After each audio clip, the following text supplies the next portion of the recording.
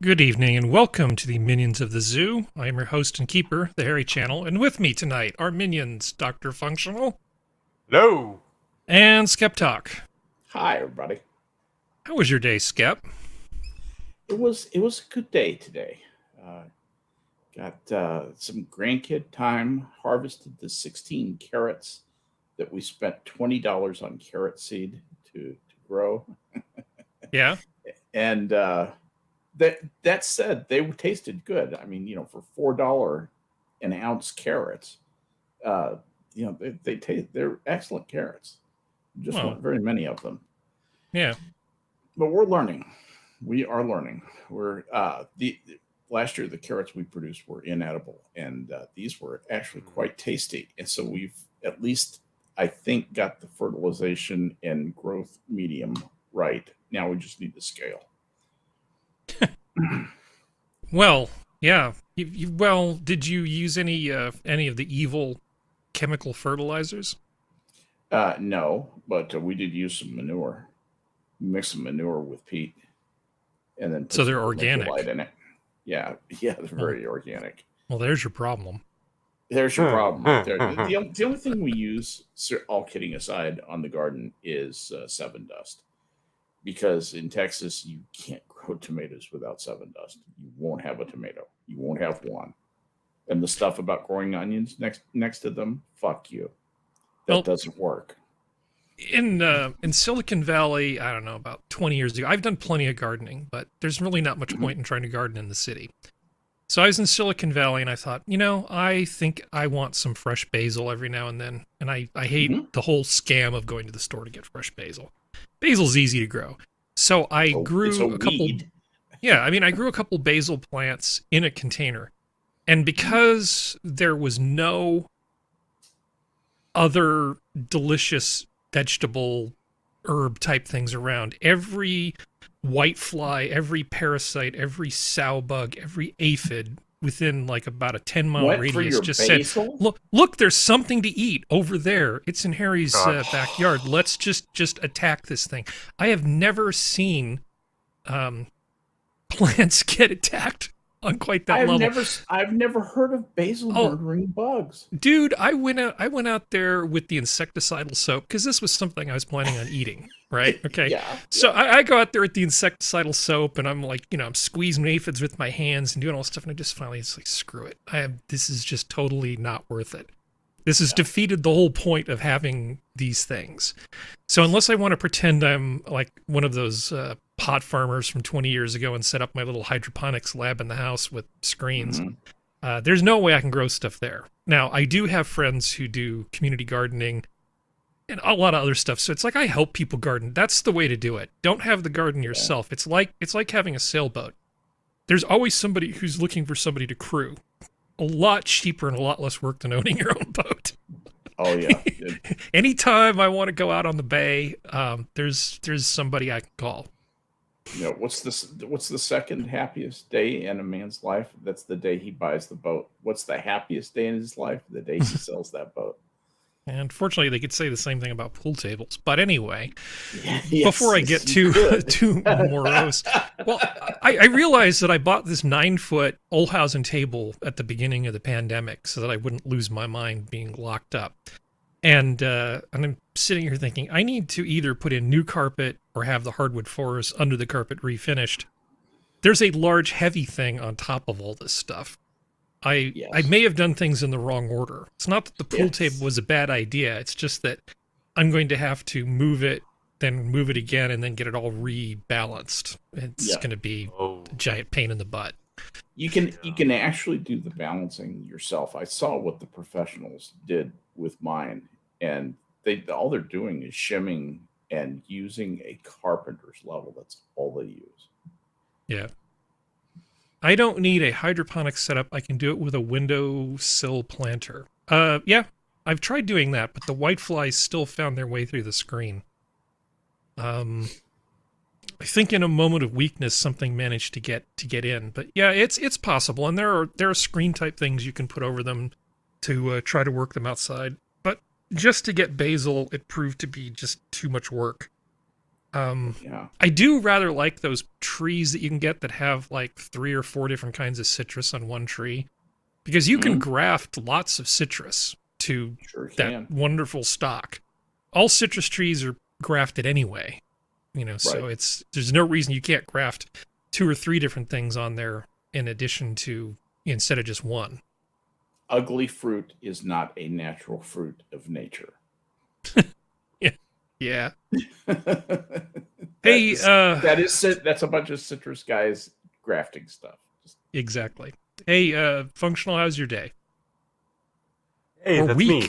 Hell, your week. I haven't even spoken to you all week. How was your week? Yeah, as most people know, my best friend, my kitten of the last 22 years, passed last weekend. So I kind of took some time away from stuff just to sort of deal with it. I'm 42, so she's been there my entire adult life. Yeah. She was just really sick the last few months, and it was just that time. But yeah,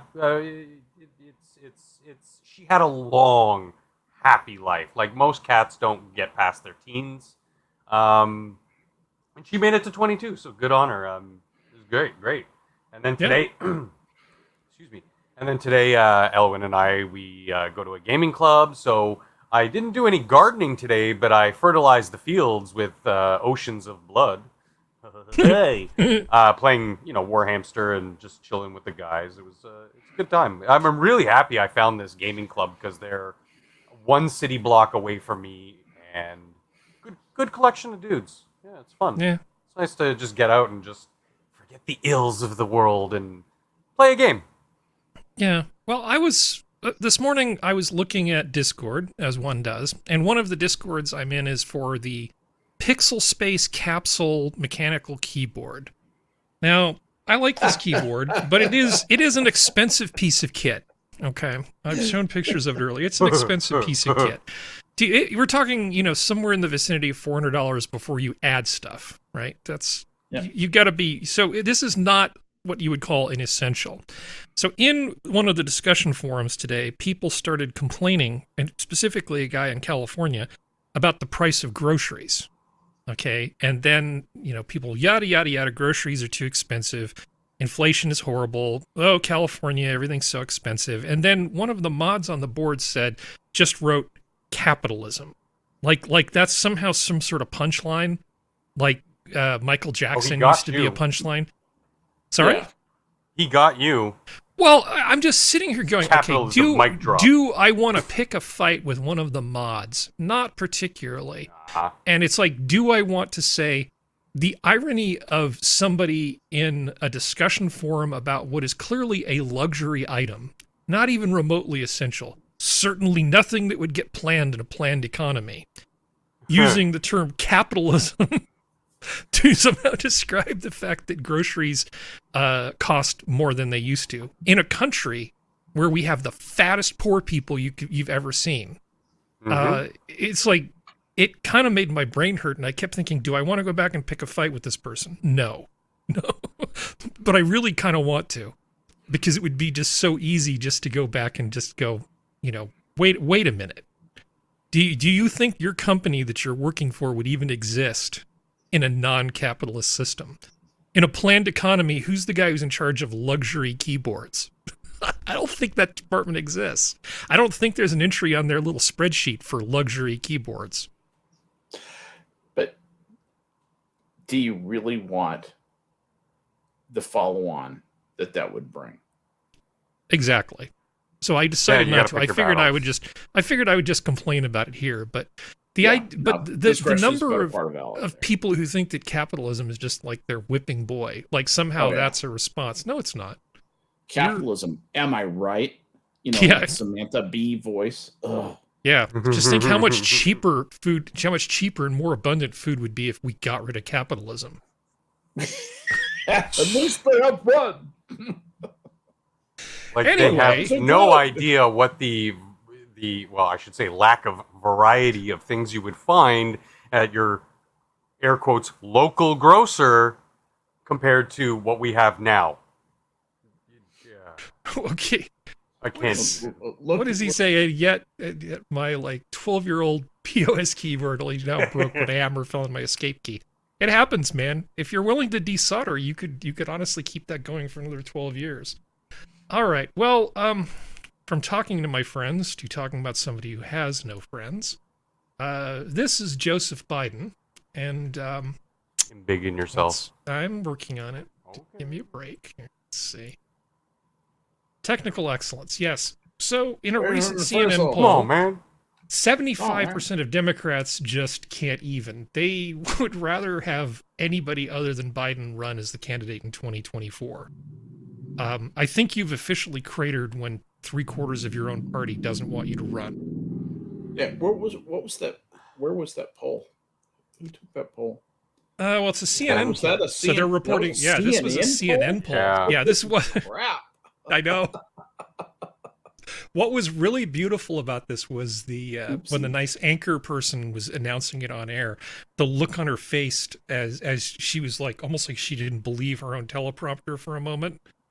You know. Yes. Well, Get it it's together, CNN, You're a pro. so I don't believe it. I just want to know how much bigger is that percentage?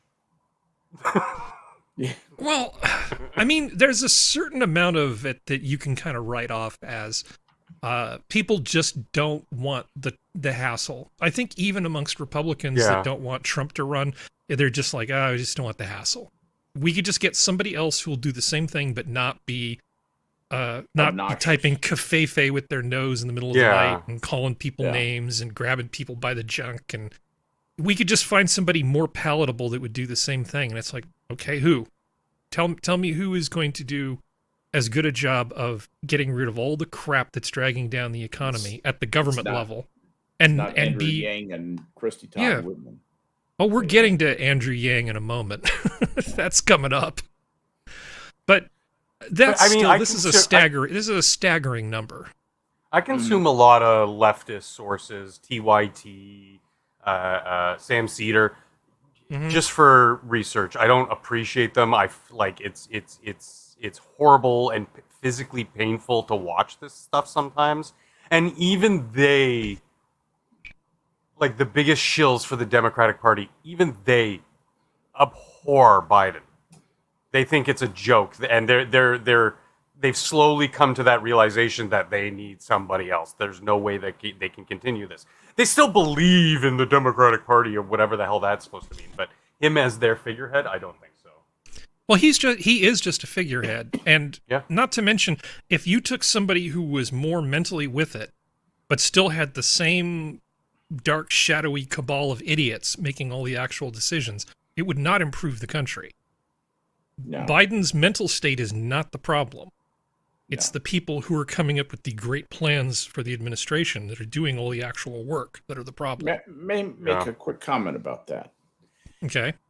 This is all going to change dramatically if China does something militarily that requires an immediate response, and a leader in the White House who it really has his hand on the throttle, who knows how to respond to an international situation like is very likely, I think, now to come up over Taiwan.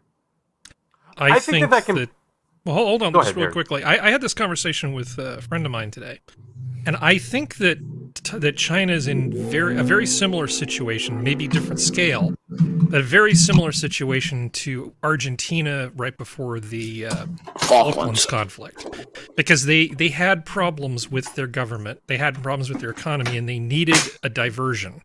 You combine that with the fact that Joseph R. Biden, resident of the White House, is clearly not in a strong position, either from his popularity or his mental fortitude. And there's no better time for them to move on like 3 or 4 different axes. I'm sorry, Functional. Over to you. No. No need to apologize.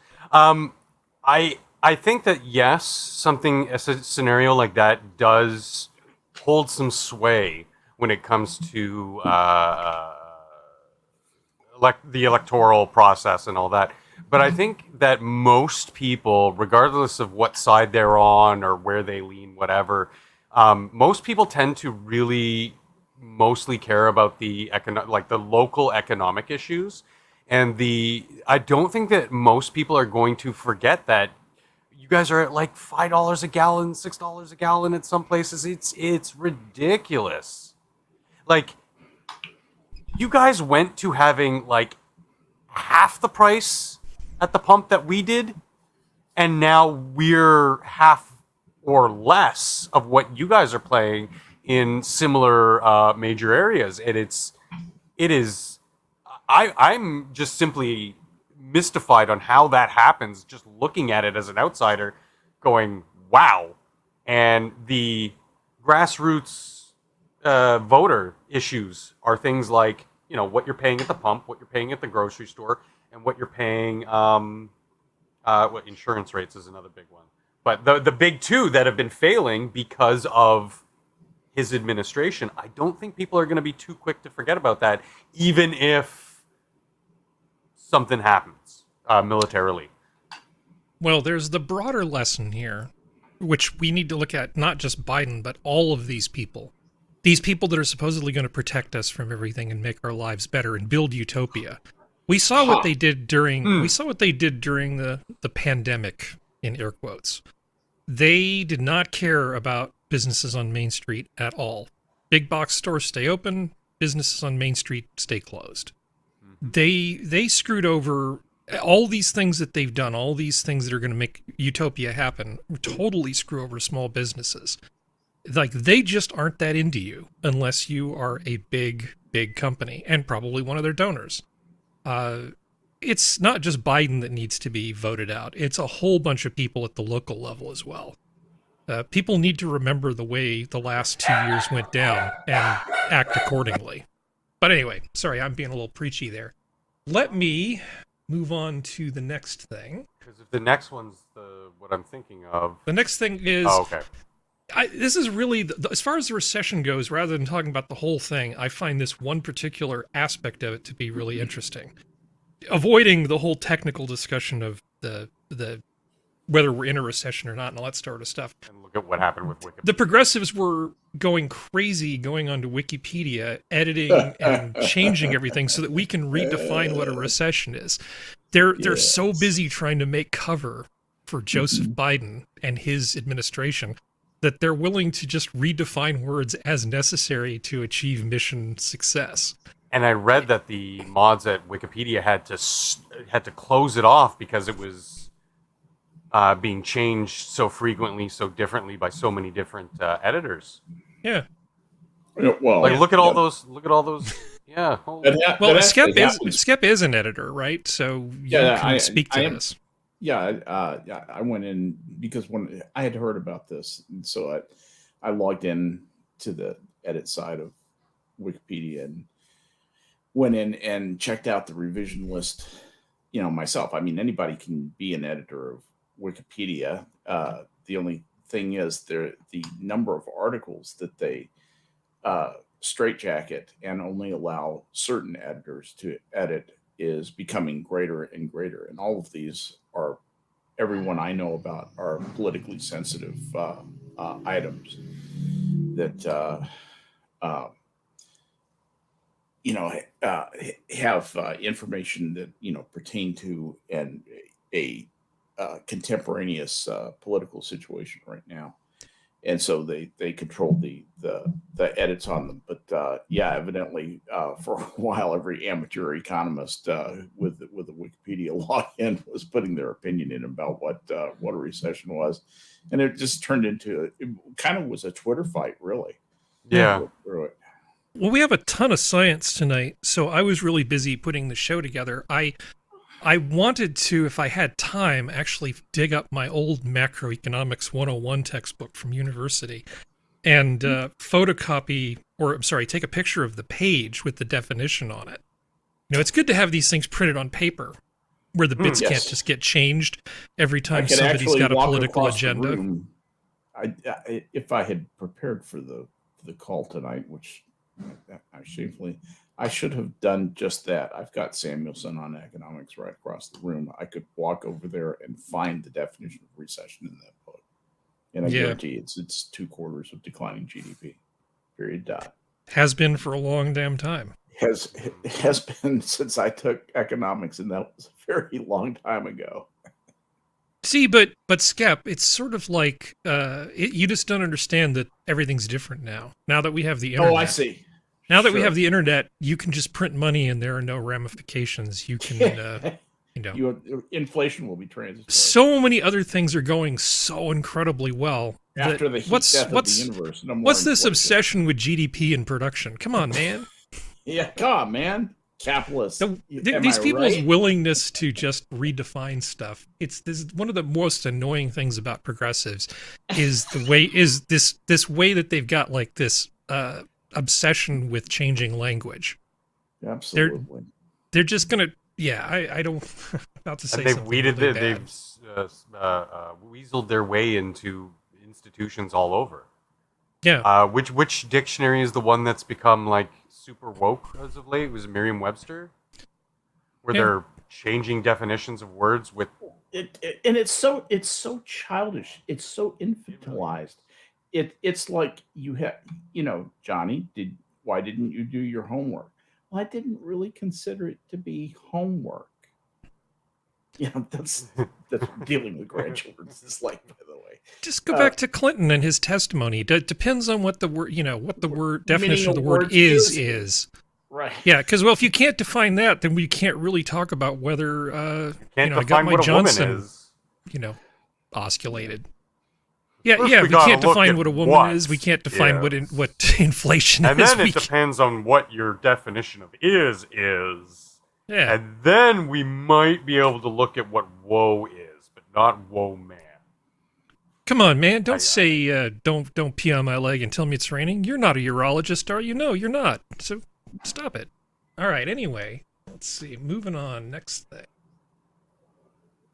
So the Biden administration has decided to quietly start rebuilding or actually filling in a hole in Trump's border fence. Gaps. Yeah. 4 gaps. Yeah. It would be expedient if maybe there weren't 160,000 encounters in however months it was. Yeah. Okay. Yeah, so it's like I just made a note here.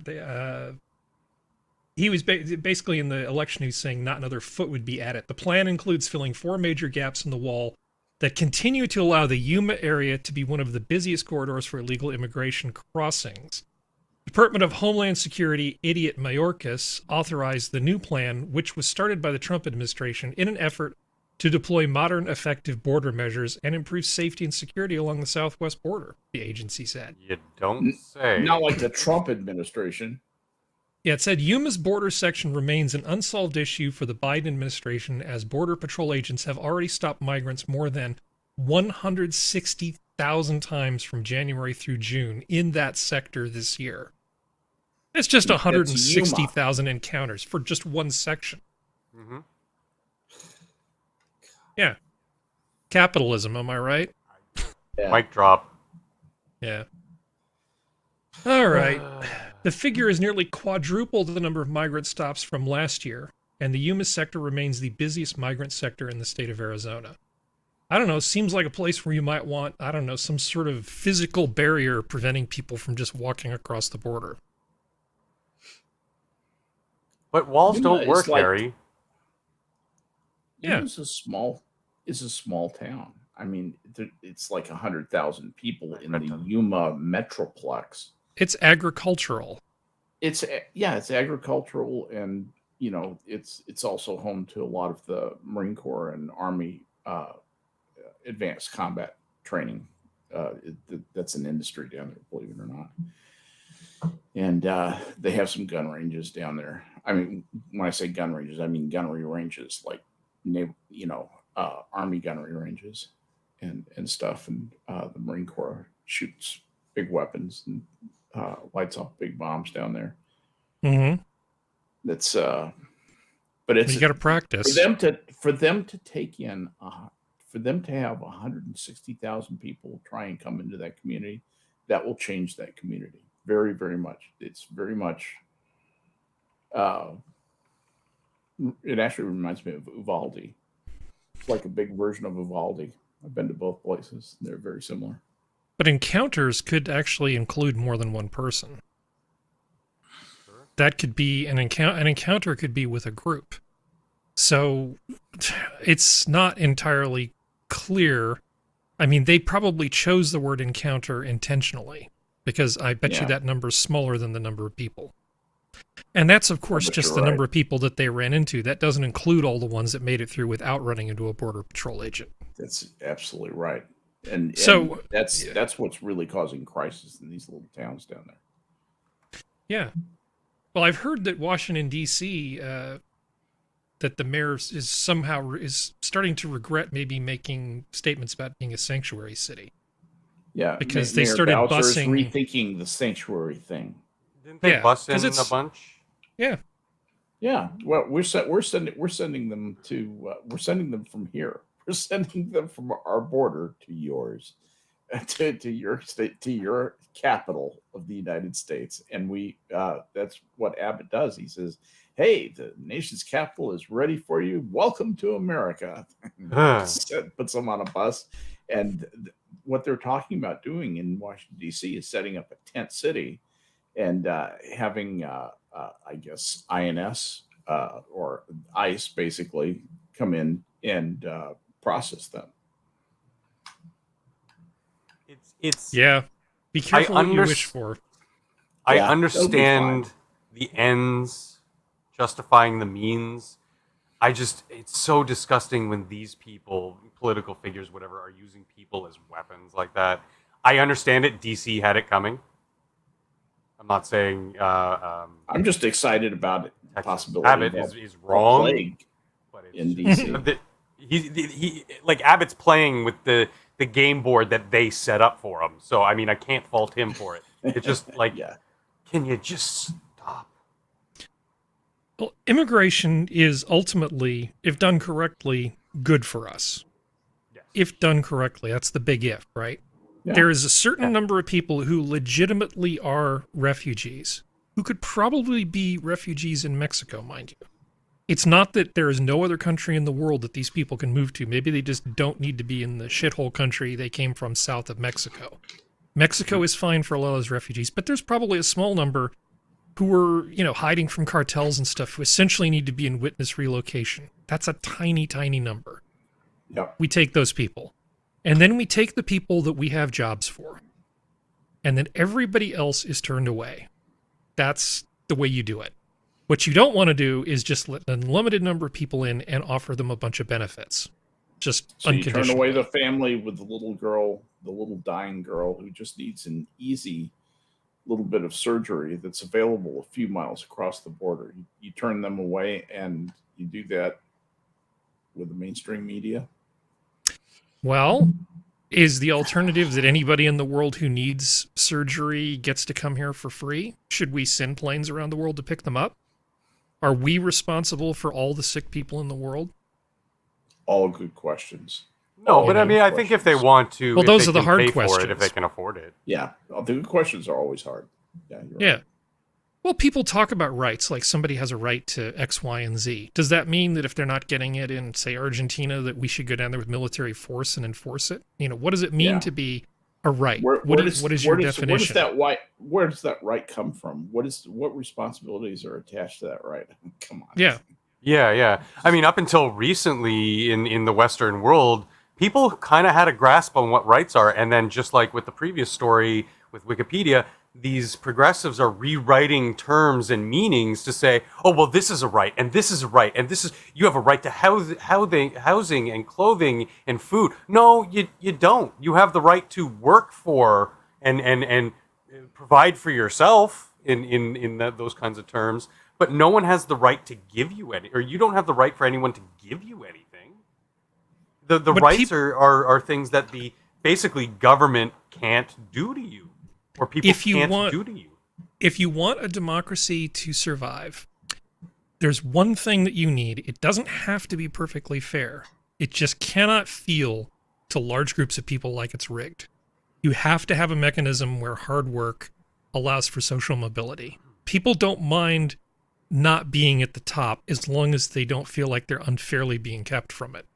when you make people feel like they don't have any recourse but to resort to violence, to basically tear it all down, that's when you end up having problems. If you want a democracy to last thousands of years, you can do that, because we're fine with inequity. We really are. People come out of college, they don't expect to be making $200,000 a year.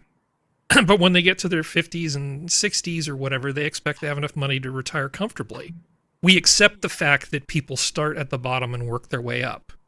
But it seems fair that there's a ladder you can climb. You want to believe that there's a ladder. People are willing to put up with inequity if they believe that they have a fair shot at moving up the ladder. And it doesn't have to be perfect. Yeah. They just want to have a chance. Cognitive dissonance comes from is when they don't think they have a chance. Yeah, exactly. And that's what I hate about the left. Yeah. Is they're convincing a generation of millennials that they don't have a chance. Particularly they're making sure that the disenfranchised people that they claim were disenfranchised stay disenfranchised or underrepresented or united or whatever adjective they're using. That. I want to say one other thing real quickly. The birth rate in the United States is 1.9 births per woman. The replacement rate in the United States to keep our population just stable, okay, is 2.1 births per woman.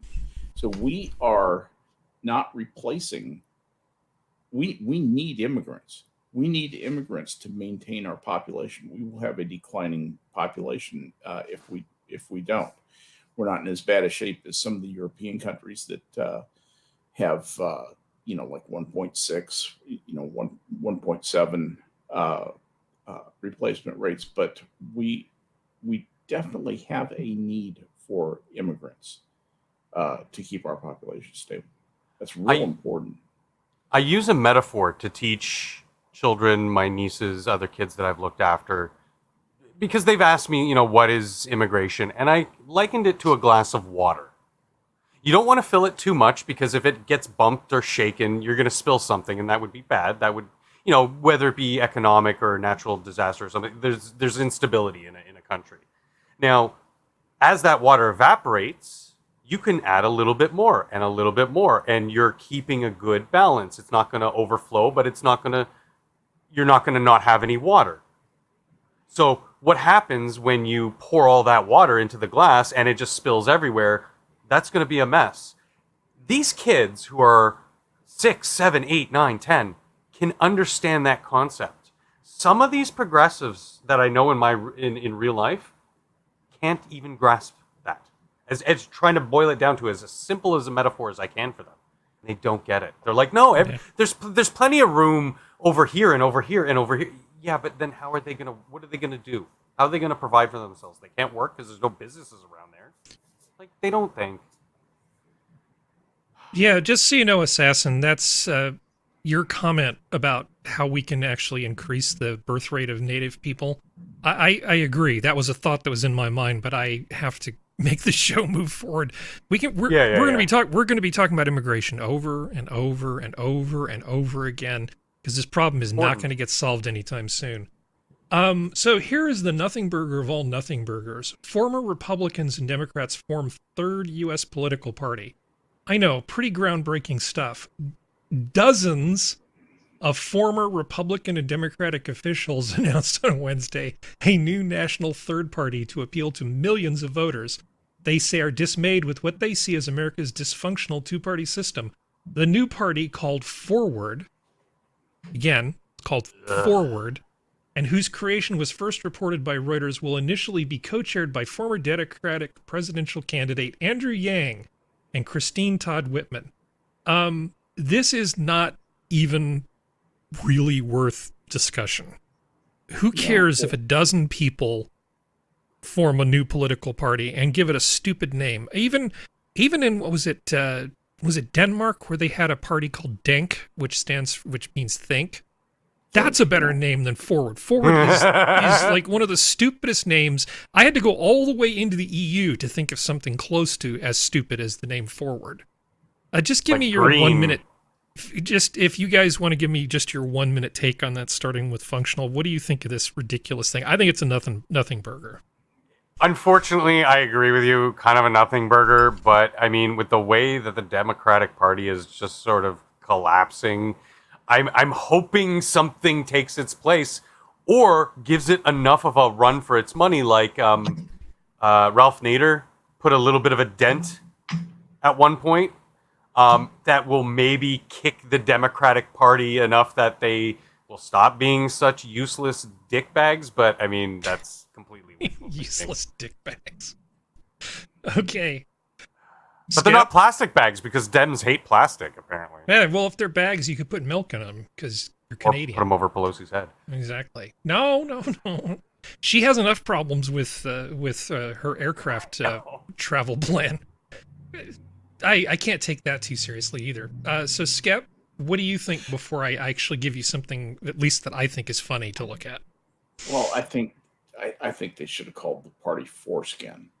Because everybody's just so attuned to the skin color thing right now, and I think that would have been a little bit more on the nose.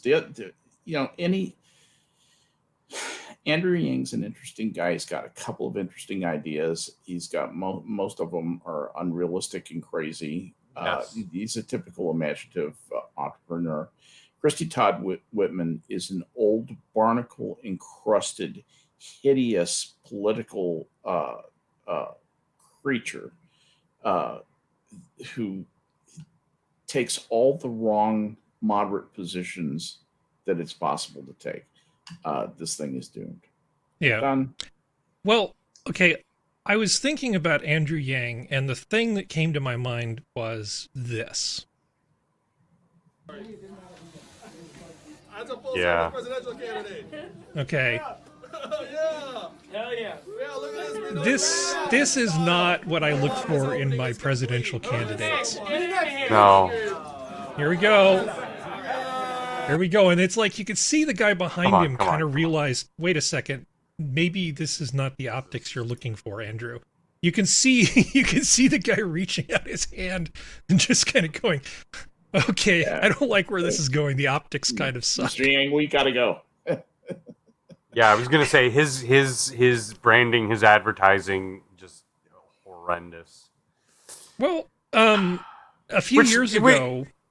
Sorry, go ahead. You said here, though, Harry, he did have a couple of good, interesting ideas that needed a little bit of development, but everything else just no, thank you, no.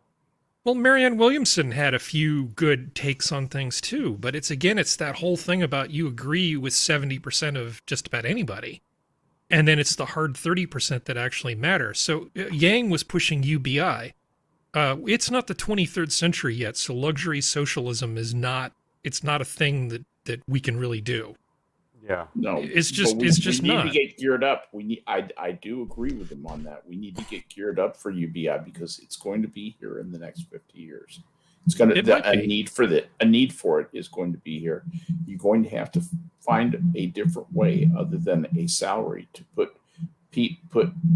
food in people's bodies and keep them, because having a job is going to be a luxury. It's going to be a sign of the aristocracy. It's going to be the new class division. Well, work will become a privilege for a lot of people. I understand that. But I don't know if it's going to be 50, 10, 20 years, 30 years, 50 years. I just know it's not today. It's not today. Yeah. We're not there yet. But looking back at sort of the history of people doing gaffy sort of things, this was my guy from 2016. Do you remember this? What would you do if you were elected about Aleppo? About Aleppo. And what is Aleppo? It's a city in Syria. No. Aleppo is in Syria. Oh, Gary. I really like you, Gary, but Jesus Christ, doing the forgetful pothead thing about an issue of the day back in 2016 in Syria the optics were just terrible. This is where he lost a lot of people, I think, in this moment. Yes, that's true. Now let me say this about that.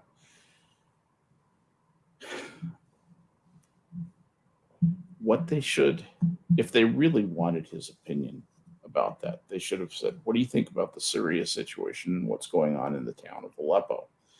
They hoped they could catch him in this. Their dream came true. They wanted to make this guy look like a goon, and he helped them out. So they said, what about Aleppo? It sounds like you're talking, if you're not familiar with the city name, it's what's that, some proper noun that I don't know, preceded by an article A. What is Aleppo? And that doomed his campaign right then. I mean, it was already doomed. Libertarians are pre-doomed, Yes. just by being libertarians. But he was double nobody took him doomed when he serious. did this. Yeah. Nobody would listen to him. And the only way you get to be one of the parties in power is to have people listen to your ideas. And if essentially what happened was they went off and said, this libertarian guy doesn't even know what the country of Syria is. The inferences that they drew from him asking, oh yeah, that city where all the fighting's going on, sorry, it slipped my mind, or I wasn't thinking about it, or I wasn't briefed on it, whatever. That happens to people. Kamala Harris would be, what is Syria? Is that where cereal comes from? I mean, she's just about that stupid. Yeah. And she's the vice president. It bothers me that I can think of what she would say in my head, and it sounds dumb. Sorry, go ahead. Go ahead, Functional. I think Johnson got screwed because he clearly answered in the form of a question. He did. The problem was there was he had to look competent on foreign policy, and Aleppo in Syria was a big enough deal that he should have ought to know that. It should have been in the basic daily briefing. Yeah, and he just didn't. There's a bunch of fighting going on in the town of Aleppo, which is really close to Israel and really close to Damascus, both. So it's an important city. And it's a big city. There's millions of people living in Aleppo. People don't realize how big that place is. Yeah, it's not a podunk part of Syria. You read the front page of the Wall Street Journal every day when you are doing this, or you have somebody distill it down for you.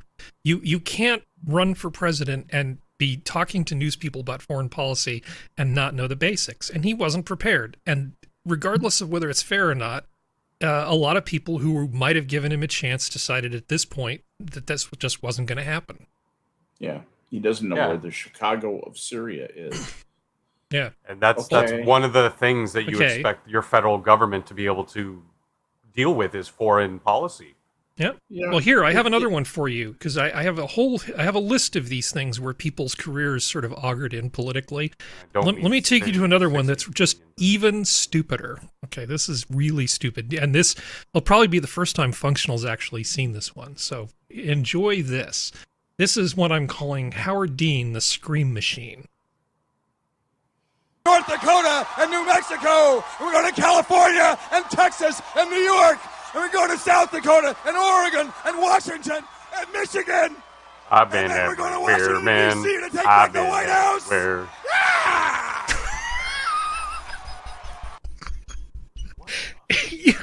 You could go do a search on YouTube about Howard Dean and Scream, and you can find documentaries talking about how that moment was where his already faltering presidential campaign just kind of went off the rails. Oh, it did. In fact, within minutes of that happening, I was watching that happen live on TV. Within minutes, they were saying, what do you think about that Scream? I don't know. And within a day, people were talking about Howard Dean's career was over as a politician anybody would ever consider. And it's kind of sad because do you know the backstory of the Scream? The backstory of the Scream. Okay. The backstory of the Scream was that he wanted to go out there and he wanted to jazz up the people who'd been working for him. They were on the backs of their heels. They were exhausted. They hadn't had sleep for a long time. And he wanted to go out there and tell them, that he appreciated their effort and get them all ramped up to, for the next great things that were going to happen in his in their quest for the White House and all that stuff. And that's what he was doing. That's why he came out and put on this, what seems to us to be a bizarre display, but for him was completely in the moment. it's kind of sad, really, because Howard Dean, for being who he is an extremely intelligent man, and sort of hate that this, he was defined by a moment when he was just really trying to do something fairly noble. I'm assuming he was a third party guy. No, he was a Democrat. No? Oh, He's a damn. Democrat. Okay. And he's a medical doctor. Stands out because he isn't just yet another lawyer, which I kind of like to see non-lawyers run, regardless of whether they're any good or not. Sure, yeah. But it's just that the whole point is that Andrew Yang is not alone. It doesn't take much to destroy a political career. Feeding men on their knees whipped cream out of a spray can, pretty good way to go about doing it. Yeah. I've got one more. So what about, I've got two more of these things, and they're both Michael Dukakis. Respond. Governor, if Kitty Dukakis were raped and murdered, Wow. would you favor an irrevocable death penalty for the killer? In your career? No, I don't, Bernard, and I think you know that I've opposed the death penalty during all of my life. I don't see any evidence that Wrong answer, asshole. Yeah, wrong answer, asshole. You don't get to be president. Bye. So so he was not doing particularly well. He got people just were like not having it with this guy. I wish he had done the tank one. With this lefty Massachusetts thing. So then he decided to have a little photo op, and it's the tank one. Oh. Up to George Bush. He was a pilot, a hero.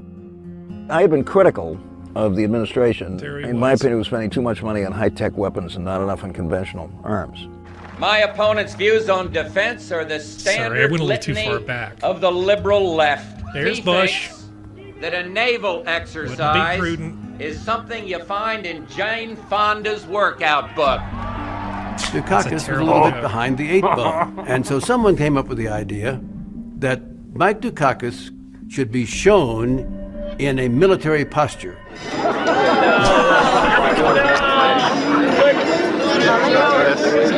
hear the press people laughing? Before Dukakis arrived, we had a real kind of crisis of confidence on the advance team because the tank commander's only way to communicate with him was through the headset in the helmet.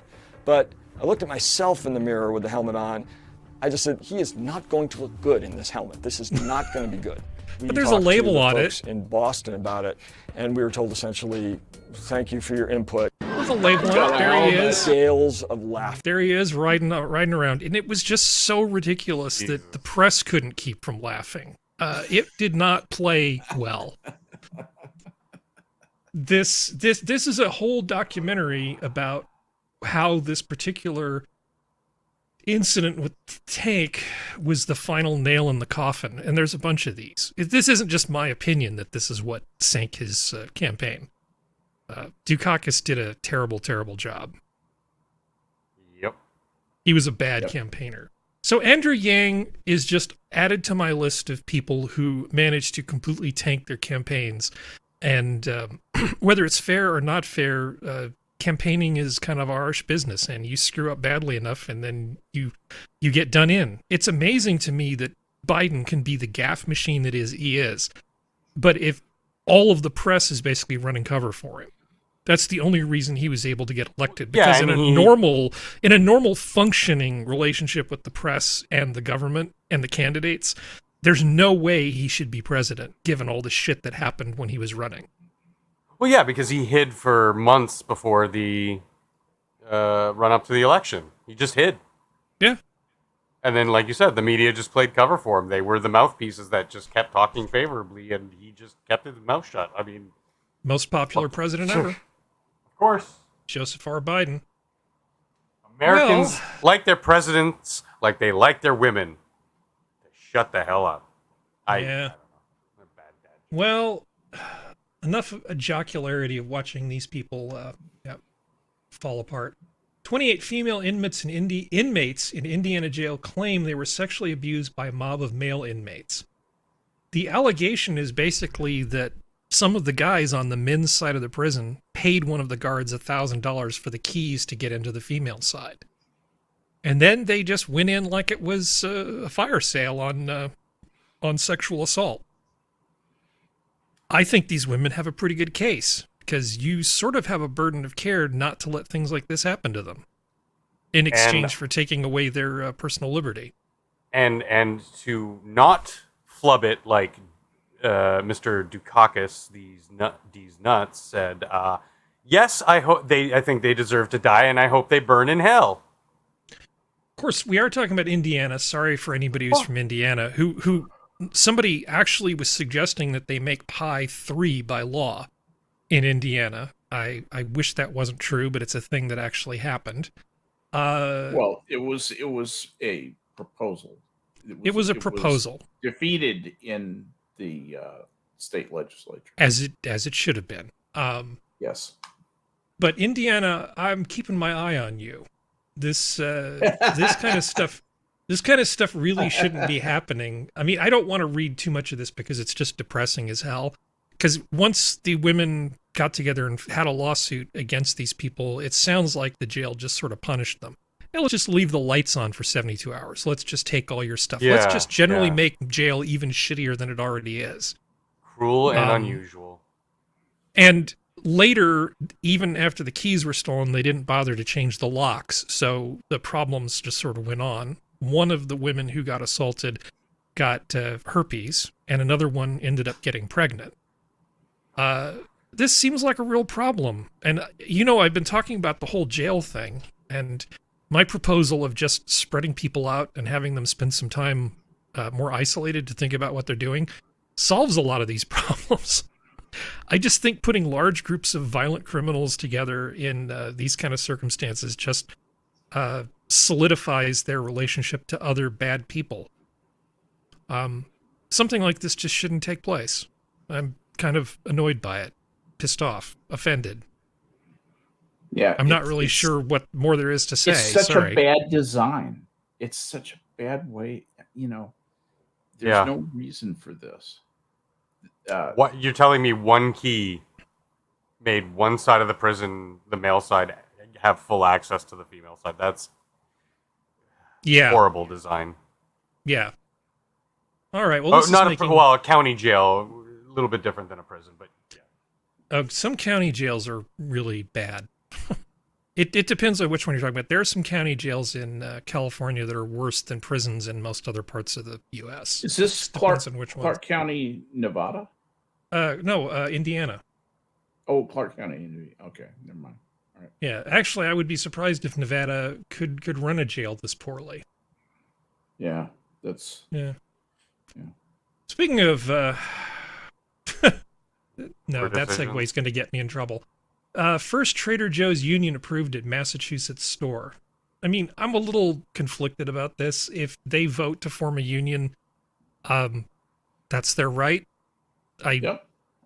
Fine, but don't be surprised if the store isn't going to meet your demands. Just because you have a union doesn't mean you're going to get everything you want. No. Or that they're not going to accelerate their automated process and replace half the staff with machines. Well, the other thing about unions is that one person's floor, along with the floor that you get in terms of what people get compensated, you also get a ceiling. Yeah. When you have to treat people, collective bargaining also means kind of collective compensation. Yes. It's not all that fantastic under a lot of circumstances. If you're the guy who's been working at Trader Joe's, busting his ass, hoping to get into management, starting at the bottom, working your way up as a team member, you may not be all that happy about this decision. Mm-hmm. Especially if you have the drive and skill to be able to make it up that ladder. You're going to have, a dozen people dragging you down? Well, that's the upward mobility I was talking about. That's the way the system works. People need to have avenues to improve themselves. And in a union, it changes the relationship between the workers and the company in a way that's a lot more adversarial sometimes. I just see this could be bad. It brings the adversarial nature of the relationship to the forefront. That's forefront, really, exactly. Yeah, really what it does, I think.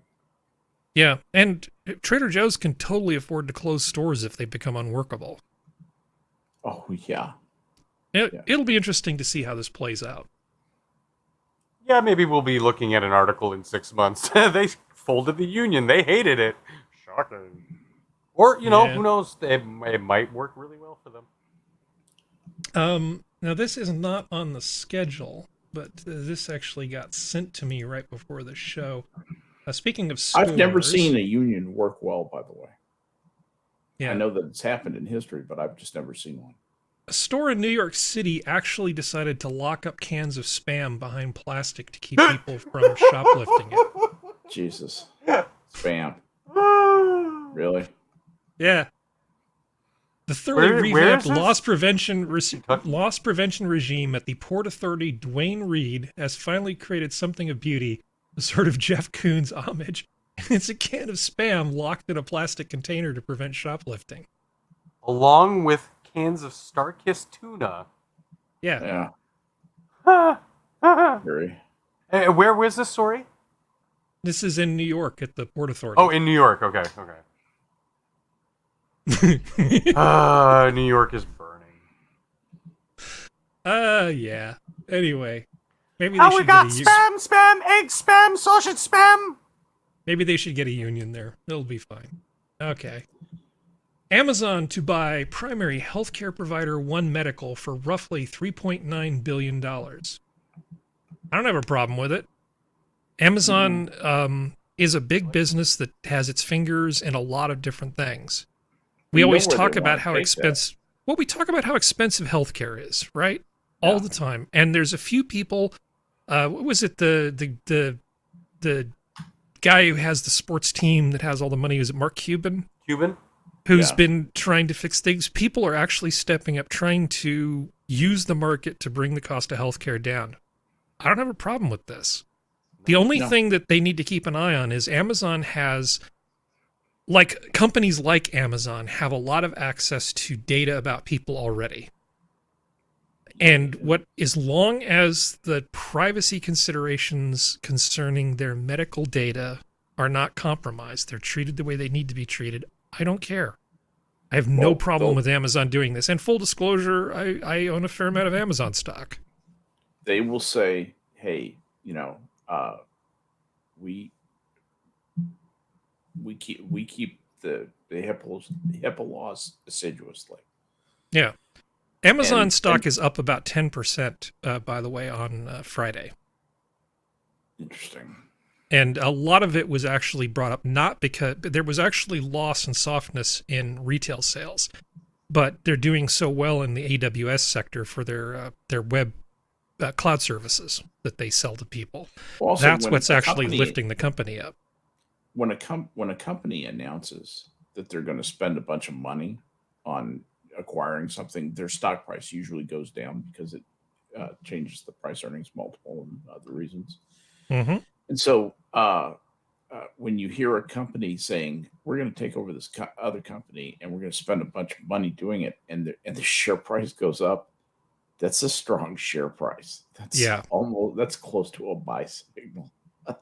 Well, actually, most of the analysts who make these recommendations are either going buy or strong buy. The lowest recommendation I saw when I was checking out my E-Trade crap was there was one hold. Yeah. No, but I mean, I'm in it for the long term. I'm a long-term investor. So, speaking as a gold contrarians will be preaching against this kind of stuff. But speaking as somebody who has stock in Amazon, I have no problem with it. I just didn't know if you guys had an issue with it. I don't. And full disclosure, I don't have any stock in Amazon. But what Amazon does well is sure off-market cross. What they do well is I know a guy. We'll hook you up. is making these connections and streamlining their service. So when they started with books, that's where they got their start, and they streamlined that process.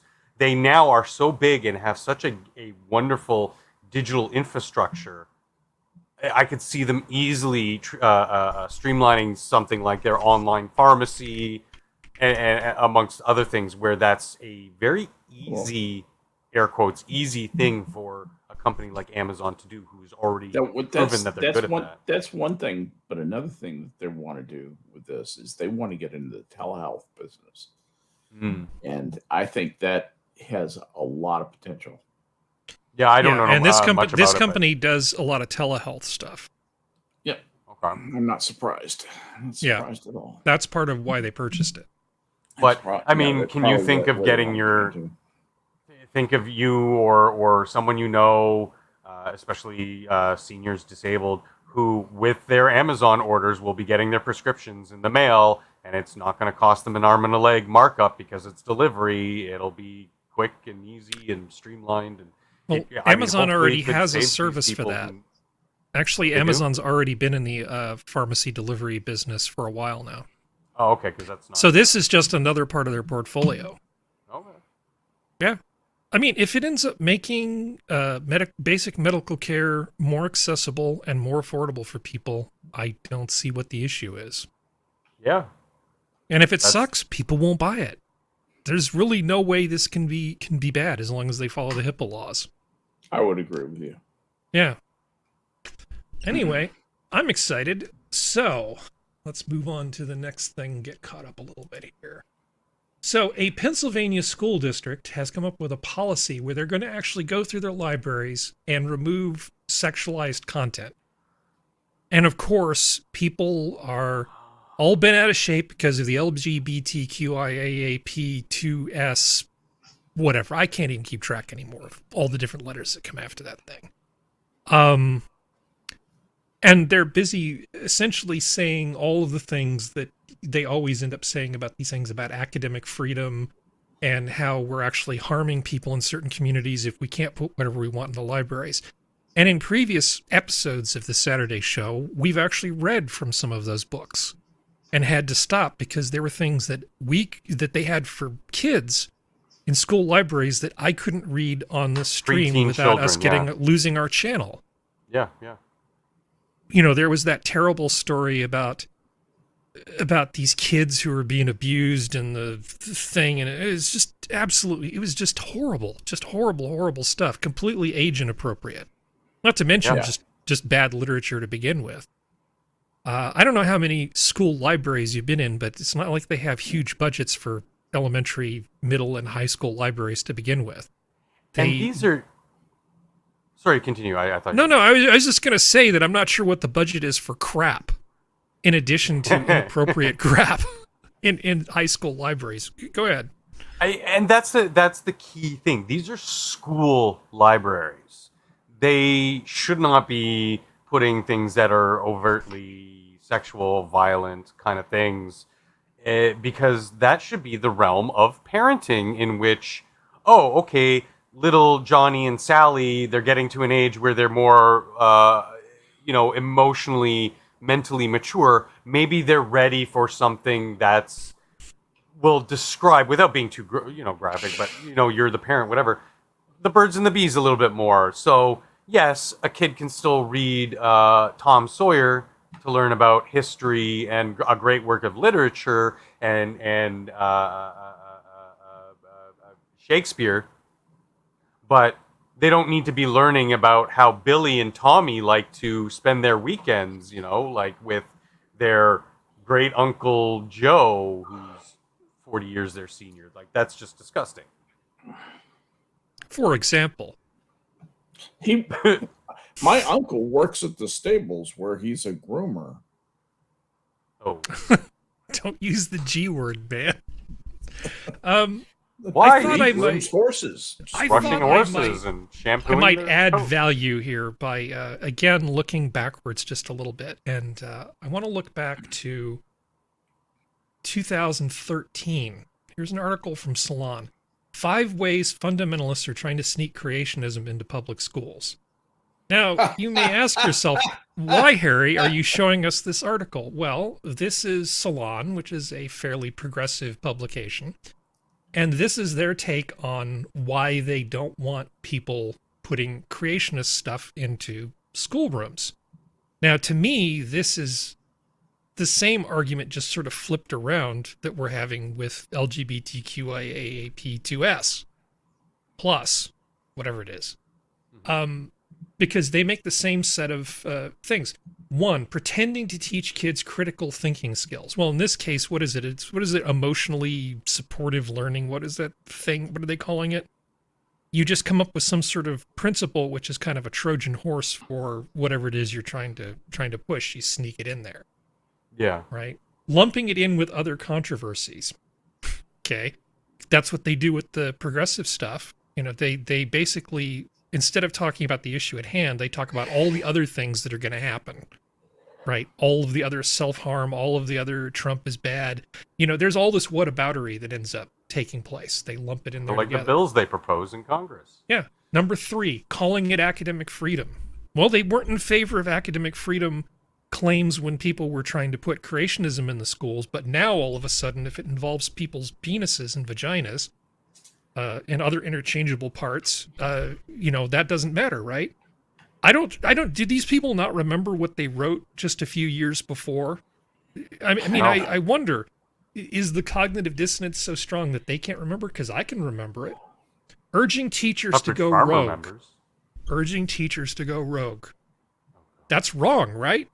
We can't have teachers going rogue and going against the guidelines of what's supposed to be in the curriculum. That would be terrible. You know, and then finally calling creationism something else. Oh, you mean like how we don't say that it's the let's all be queer at lunchtime club and call it some other thing? It's exactly the same set of arguments. It's the same set of arguments just flipped around. But when it's something they don't like, it's a problem. Again, back to my fundamental thesis that most people are just completely dishonest intellectually, and almost all arguments are basically just some sort of machinations to get to where they want to be to begin with. Yeah. Most people do not argue honestly. I'm an anti-theist, but I would support having both creationism and the other types of things like evolution and everything, and allow kids to come to their own conclusion. I want to teach the one that's turtles all the way down. You know, I remember this when I was in high school. In Yggdrasil. Okay, actually high school and junior high school, and I was thinking to myself, okay, so you want to introduce religion into science class. You do realize the implications of that. That means in a science class, I get to use scientific methods to talk about religious principles. Are you sure you really want to go down this path? Because a lot of people are going to get their fifis hurt. Because it's a different conversation. Religion is poetry and symbolism and all this other sort of stuff. It lives in a completely different set of magisteria from science. It fulfills a completely different role. The need to put religion in like a biology class is silly, any more so than pretending all of this LGBTQI, trans, this, that, the other thing belongs in a biology class where we should be talking about essentialism, X and Y chromosomes, gene expression, secondary sex characteristics. Evolutionary theory. You know, science needs to be sort of unmolested by stuff, whether it's creationism or whether it's this... weird political ideology that's coming along. And I don't care if it's from the left or the right, honestly. I'm not saying teach creationism in science. I'm saying, you know, teach it in religion class or philosophy or English or whatever. Keep science to the scientific method. You can explain what it is, because it's still theory. We don't have 100% proof on the theory of evolution, but it's still sort of the currently accepted best case guess using the scientific methods we have to look at history. Yeah, what happened. Religion is part of a well-rounded education, along with a lot of other things. It just that's doesn't necessarily belong in biology. Yeah. But that's why, as an anti-theist, I would still support teaching these teachings of religions, of especially since we're. Which creationism do we teach? Dogon. That's the turtle one, isn't it? I like that one. That's the one where, that's my particular favorite. But seriously, what about, if you ever, ever look into Islamic creation story or any of the Hindu creation stories. Just read the story of Ganesh, for example. We actually had that class in high school here, Skep, World Religions. We learned about all sorts of weird and wacky shit from around the world. It was really interesting. Well, I'm just enjoying what chat's writing. If you chat writing. Sorry, it's my better half, isn't it? Oh, God. Your better half. Geodes is in there. Assassin's always on point. No, they're having a good time with what we're talking about. So. All right, very good. All right, sorry, I didn't mean to derail you there. No, it's all right. Let's move on. It's time to move on next. Well, it is. We're always behind schedule, but that's just because we have so much stuff to talk about, and I keep bringing up crap from 9 years ago. Excuse me. Let's see. Those who forget the past are doomed to repeat it. That's generally my position. Yeah. U.S. Senate panel approves update of Children's Online Privacy Bill. Basically, where it says 13, they're changing it all to 16. Do we really need to protect children up to 16 the way we do children up to 13 now? I think so. I just kind of wonder about whether government is the right tool for this. That's what my point is. The government is not the right tool. Okay, this is something that families used to do stuff. Families used to decide a lot of this stuff. And that has gone out of vogue. And that's an important cultural change. And I think for the worse, there's no restraint anymore. It's, get all you can, grab all you can, do everything. And there's no circumspection by people in deciding whether or not to do something, or it's whatever the whim is of the moment.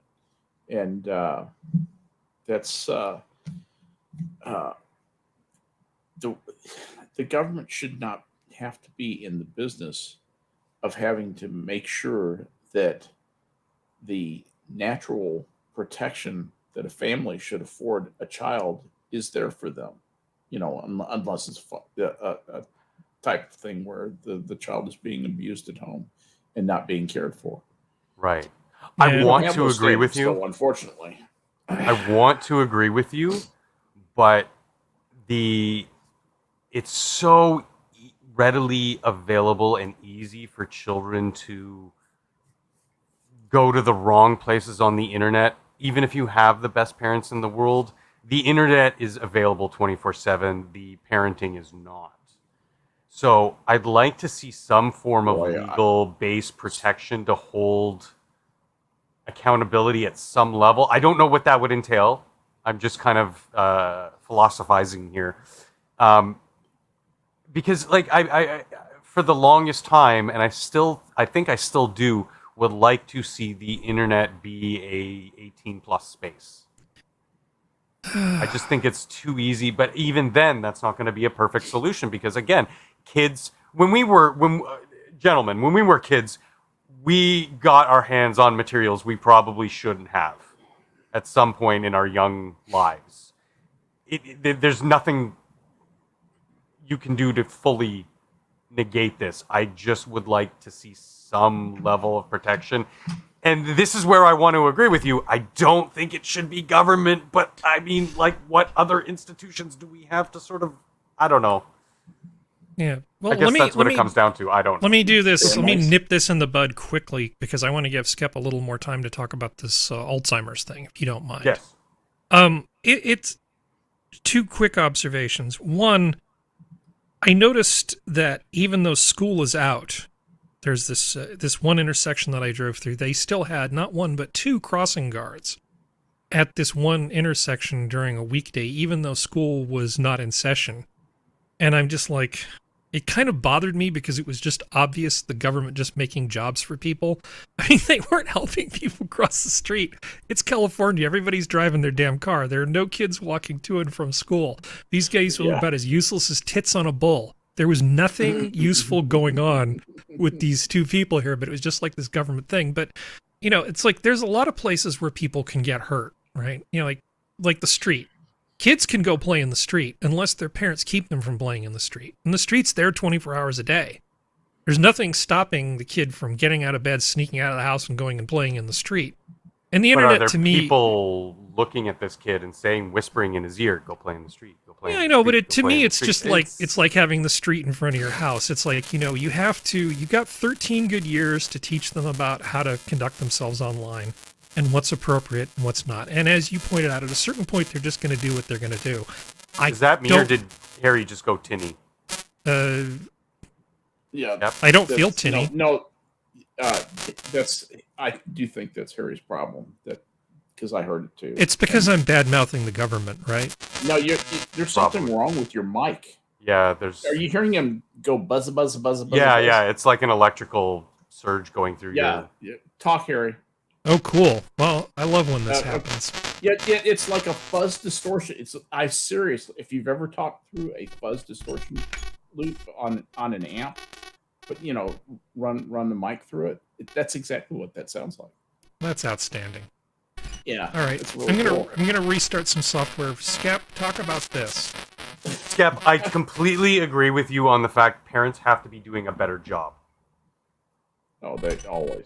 Especially with something like the internet, that's like I said, it's something new, and a lot of parents are kind of behind the technical knowledge that these kids have.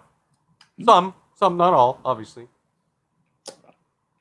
So, what would happen if a fella was an expert researcher working in a top-notch lab? Okay. And they thought they had a good idea on how a disease worked, like Alzheimer's works. And so they went down that road and did a bunch of research, but they needed to doctor up the results a little bit so it would support their theory, which was gaining more and more widespread acceptance. That's what happened to our boy here. Our boy was let's see, they call it a $15 billion hustle. Expert says pill prescribing psychiatrists knew that depression isn't caused by low serotonin levels, as landmark study shows that pricey drugs do little to help mental health. Is that what we're talking about? I need to look and see what. Oh no, he's talking about the. Okay, I'm sorry. Talking about another thing where the Alzheimer's research that was done by these people was changed to support their theory, but people began to notice the changes in them, and it felt I'm keeping this very general, so we won't spend a bunch of time on it. Mm-hmm. And now people are beginning to realize that you can actually see the edited pages. You can actually see the places in the work where the thing has been cut and paste edited. And now the purveyors of the survey are saying, well, we just did that to make it, more noticeable. We changed the colors on the representations of the molecules and, all this other stuff. But that's a bunch of razzmatazz. What the upshot of this is that there are people who are reformulating their basic ideas about how Alzheimer's work, and they're beginning to wonder if the what's called the amyloid theory of Alzheimer's, which has been the working theory. They think that's how it works. These plaques get stuck to certain membranes, and if we can keep that plaque down, we can make progress against the disease. Now they're beginning to wonder if they've even been marking the right proteins. That was a very interesting article. That when you have to get in there and you say, is this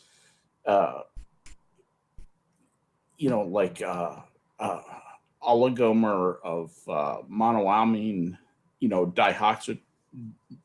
deoxygenase or something like that? Is it 23 chains long, or is it 24 chains long? I don't know. How purple do you think that stain is? If it's purple enough, it could be 24. These guys are just making these tiny they're tiny, tiny things that mean a substantial amount, and some of them are kind of arbitrary. The thing about molecules like serotonin, for example, is that they are complicated molecules. They're molecules that are made out of molecules, and they are put together like Legos. And there are many that are very similar to one another, and they do very similar things, but with important differences. My feeling from reading this is that there hasn't been any substantial pushback against the amyloid theory in the science. I mean, I'm sure there are doubters, and there are people who would just reflexively doubt any new thing. So are you talking about the serotonin thing or the Alzheimer's thing? Well, I kind of combined them both. You kind of combined them both, which I think is making it less clear. Do I sound okay? Yeah. You're fine now. Yeah, you sound fine now. Well, right, I mean, so I put the link to this in the article. I made it unclear. I'm sorry. I put the link to this in the chat, which essentially they've been sleuthing and finding a lot of what looks like evidence being manipulated in Alzheimer's studies. So this guy has tracked down a number of studies where looks like there have been changes that have been made to sort of support a particular conclusion. And this kind of matters, especially to people like Skep and I, because we're kind of old. We really want them to actually solve this thing. And the general thinking is that it's an inflammatory disease. But that's a massive oversimplification. I think you and I were talking about it, that these people they want to get their funding, and they don't really care who gets hurt in the process. The main victim is the truth. Right. Yeah, did you call it? The research chasing the money? Yeah, the research chasing the money. And so we have an advantage of what looks like in the Alzheimer's research, a lot of this kind of nonsense going on. This is really bad. Massive snowballing effect. Well, it's worse than it's actually worse to have something out there that's wrong than to not know the answer. Yeah. Because a false piece of information can actually throw you off more than no information. Because think of all the money that's been sunk into these false assumptions for continued research. So sorry about my audio stuff. I'm glad that it's working okay now. I'm going to go ahead and move to the next thing, because I think in some ways this is the more interesting story. Do you agree, Skep? Sure. Absolutely. I mean, this is because we keep finding ourselves being drawn to it even when we're talking about other things. There's another article there's this paper that came out recently, which is essentially saying that serotonin levels by themselves do not explain depression. Mm-hmm. If you go back into the history books, back into the 1930s, there were people that were looking for ways of treating mania. And they found that this particular herbal compound back in the 1930s was actually useful for treating mania. And when they studied what was in these compounds further, they found there were chemicals in there which depress serotonin levels. You decrease serotonin, you decrease mania. They then found later, almost by happenstance, that monoamine oxidase inhibitors, MOI inhibitors, a class of drugs which are used for a number of different things, actually seem to help with depression. And it turns out that things like serotonin and dopamine are in that class of things. The monoamine oxidase inhibitors are basically things that stop things from breaking those chemicals down. So when you take these things, they raise the serotonin levels. The general theory was that if somebody doesn't have enough serotonin, giving them more makes them less depressed. Right? And if they have mania, giving them less makes them less manic. The thing is that it's not anywhere near that simple. They saw a huge money-making proposition back in the day. They say, well, what if we could come up with drugs that boost people's serotonin levels without the horrible side effects of the MOAI inhibitors? Because they have a ton of those side effects. And you ended up with the kinds of drugs that we have today, like your Paxils and your Zolofts. And what's the big one that everybody started taking originally, that first generation one? Prozac. Prozac. You end up with those types of drugs.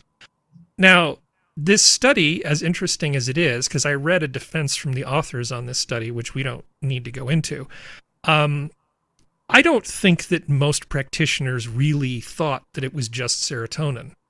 It kind of feels like they're like it's a bit of a straw man that they're putting forward, because every person I've ever talked to who understands anything about brain chemistry will also be talking about norepinephrine, dopamine, and any number of other chemicals, cortisol, different things. Cortisol, yeah. I think, doesn't everybody who does this for a living already know that serotonin isn't the end-all and be-all of this problem? I would hope so. I mean, what's your take on this, Skep? Because, I mean, everybody I've ever talked to who knows anything seems to know that it's not just serotonin. Is this a straw man? Yeah, no, well, I think there's substantial doubt in the medical community that, serotonin is an extremely complicated compound. It's a monoamine, which means that it has one NH2 complex on it that, and the way your body gets rid of this is by using an enzyme called monoamine oxidase. Monoamine oxidase can be inhibited, and if that happens, then your serotonin level will not go down, because your serotonin is a monoamine that is eliminated by the monoamine oxidase.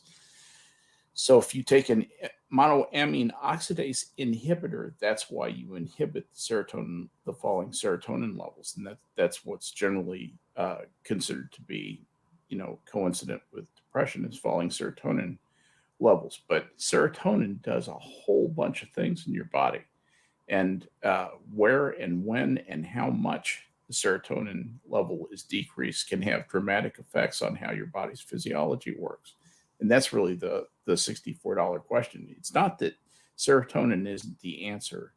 It's just that serotonin is the building that the answer is in. They need to get inside the building and figure out where the answer really is inside that building. Okay, I actually am reading chat. I just didn't want to interrupt Skep.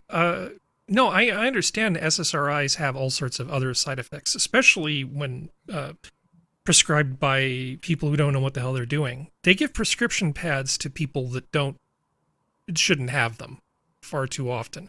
I'm not sure that a lot of psychologists should be writing prescriptions for these things without the necessary monitoring. Because we see things like suicidal ideation increase in younger people. These SSRIs psychologists are not writing prescriptions for this. I don't think psychologists are, but some psychiatrists do. Psychiatrists certainly are. Psychiatrists certainly are, and they're not necessarily the best people to do that. Well, no, but let me just explain how a modern psychiatry office runs very quickly. When you say, I'm depressed, I'm going to go see a psychiatrist. The first time you see a psychiatrist, you see the doctor. You sit down with him for 20 minutes. You talk about your problem. He says, okay, I want to introduce you to my physician's assistant or my nurse practitioner. And that is the person you will see for the rest of your life. You'll never see that psychiatrist again. And that physician assistant will ask you a few questions every time you come in, every month when you come in, and then you'll get your prescription for that month's pills. That's how that works. And the reason that they do that is because, Talk and Cure might really be more helpful for some of these people, but we don't have the time to invest in that. It's best to try the chemical cure first. Send them to group. Yeah, because that works for everybody. And that's what they'll do at the VA. That's what they'll do at Kaiser. They'll just send you to group. Yeah. Group therapy is big at the VA. But the whole science of hold on, I just want to make sure that the chat knows that I'm paying attention. The whole science of trying to manipulate people's brain chemistry is extremely complicated, because usually where you've got one thing that you're treating, you've got a bunch of other stuff too. So it isn't just Prozac. It's like, Paxil, Zoloft, Effexor, and they give people all these chemicals, and a lot of these people who write these prescriptions, I don't think really know what the hell they're doing, and they certainly don't keep a close enough eye on the patient. Sorry, go ahead, Functional. Well, and these studies, these looks into these medications, it's not saying that it doesn't work. It does definitely work for some people, but they're saying the model that they're basing it off of is basically allowing them to overprescribe this stuff instead of doing things that might be a little bit more labor intensive, time intensive, that would probably be better suited for a lot of these things. Like you said, just wanting to medicate it out of their responsibility. Well, they're in a service business, functional. Yeah. When you go to a lot of times when you go to the doctor. Well, even up here too, where it's not really that much of a service. No, but it's always a service business. When you go to a doctor, a lot of times in the past, if somebody didn't walk away with a script for something, whether it was for a Z-Pack for an infection that was never going to respond, that wasn't bacterial, you just give them something so they feel like they're being paid attention to. When you send somebody away from the doctor and they have absolutely nothing, a lot of times they feel like, well, the doctor didn't do anything. Well, the doctor told you not to worry about dying because you're okay. That's worth something. But most people like to feel like they got something, literally anything. And far too often, doctors will just write a prescription because it's easy. Look, I did something. I listened here. Have some Prozac. It's probably not going to hurt you. Or it's habitual. Doctors get into habits too. They're very. They do. Some of those representatives that come by with the free samples are pretty good looking. I've spent a little time in a doctor's office waiting for orthopedists and stuff to show up. I've seen what's going on. Oh yeah, they're little wheelie carts. Yeah. Well, anyway. Yeah. Sorry, go ahead. I was actually working for Pfizer when Sandoz first started to hire the beautiful girls, and they were getting all the calls over our reps, all the appointments over our reps with the local doctors, because they were all these statuesque, gorgeous looking women, and we thought that was mightily unfair. It is. It is. It sucks to be you. It sucks to be you, man. All right. So anyway, I like to consider myself a man of science, and I like, in some perverse way, seeing theories disproven, or at least some holes poked in there, because then we can get to actual truth. Well, here's an article which I had to read several times to have it actually make some freaking sense to me. Why people struggle to recognize the faces of people from different racial backgrounds. You've probably heard of this, talking about how babies are racist. Have you stumbled across any of this nonsense, either of you guys? Oh, yeah. Okay, so you know what I'm talking about. This is actually pretty damn complicated. I'm going to give you the super short version of this. There are people who want to claim that the fact that people are able to recognize faces of people of the same race more easily is a sign that we're all just racist assholes. Now, cognitive scientists have been of the opinion that it actually has something to do with really skill, right? Do you have the skill or the facility to do a particular thing? It isn't about some sort of entrenched racial bias and this sort of stuff. Right. And one of the ways that you test this is you show people pictures of faces right side up, and then you see, well, do you recognize this face? Have you seen it before? People tend to be better at it if it's in the same racial group as they are.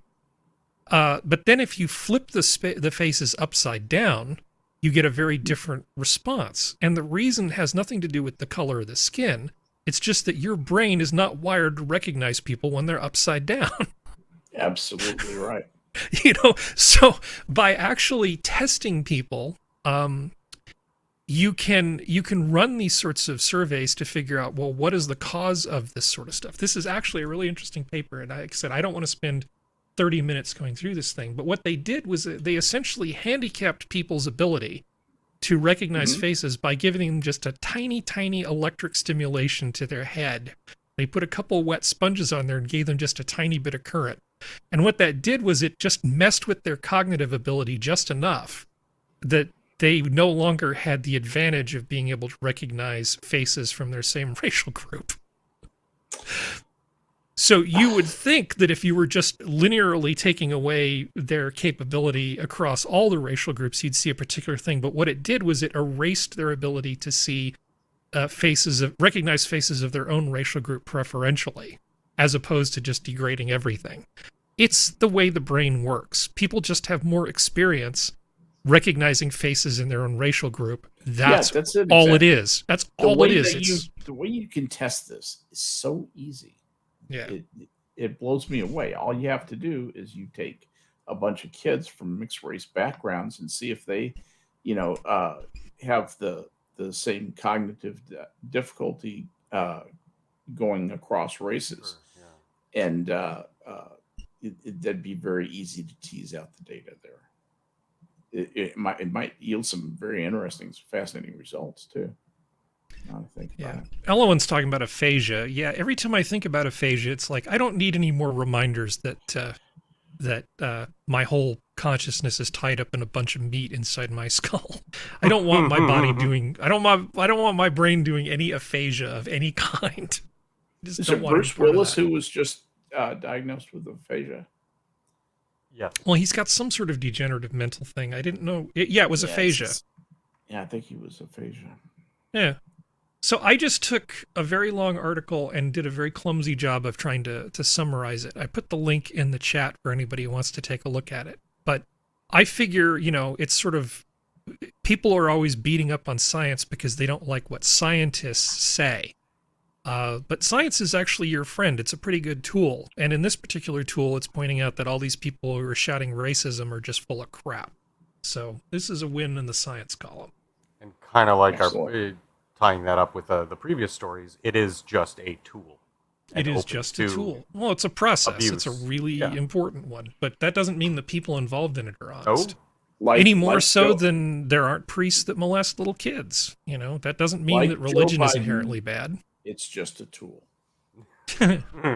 Man. Come on, man. This shouldn't surprise anybody. Exercising more than recommended could prolong your life. Well, I mean, there's obviously an amount of exercise that shortens your life, because oxidative stress inside your cells is not particularly good for you. But having a strong heart and good circulation and all this sort of stuff is just generally a huge win. The guidelines are just probably not right at this point. The idea that you're going to get 20 minutes of exercise 3 times a week and that's really the optimal number seems just like no. I mean, that's kind of like the bare minimum. I'm assuming these are like the recommended from like the state or... Yeah, exercising more than recommended could prolong your life. A lot of things prolong your life. You know what else will prolong your life? Not eating all the time. Yeah. Regardless of total caloric intake, fasting some of the time so your body gets a chance to not be busy digesting food is actually really good for you. Your body doesn't get a chance to clean up all the stuff that's happening in your cells. It's called autophagy. When your blood sugar is always high. Just put down the fork just like half the day, I'm going to teach everyone how to say that word, autophagy. Autophagy? Autophagy is how you say autophagy. Because my professor in college said it that way. Toffee. Damn it. But anyway, exercise is good. And if it's something you enjoy, even better. We don't really need to talk about this. It's so obvious, isn't it? Yep. Yeah. Screw this article. Okay. Here's another good one. Progress toward a stem cell-based therapy for blindness. This is the Holy Grail, isn't it? The idea that, doctor shot some stem cells in my eye and now I can see. Right. There's a lot more that goes into it than that. Yeah. You have no idea. So this is just it's not that simple, but in a lot of ways it kind of is. So what they did was they actually started exploring this to see, okay, how good a job can we actually do of getting the cells in the right place, getting them to develop in the right way, and then getting them to interact with the neural system that's there.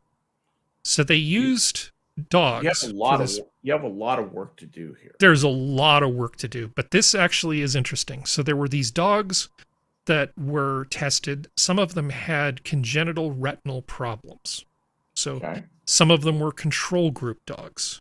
And so they took these specially prepared stem cells. They injected them into the eyes of the healthy dogs. The healthy dogs, because their retinas and everything were intact and in good shape, there was really no way for those stem cells to do anything. They never took hold. They didn't get through the barriers. They didn't pass through membranes they needed to pass through. They just did nothing.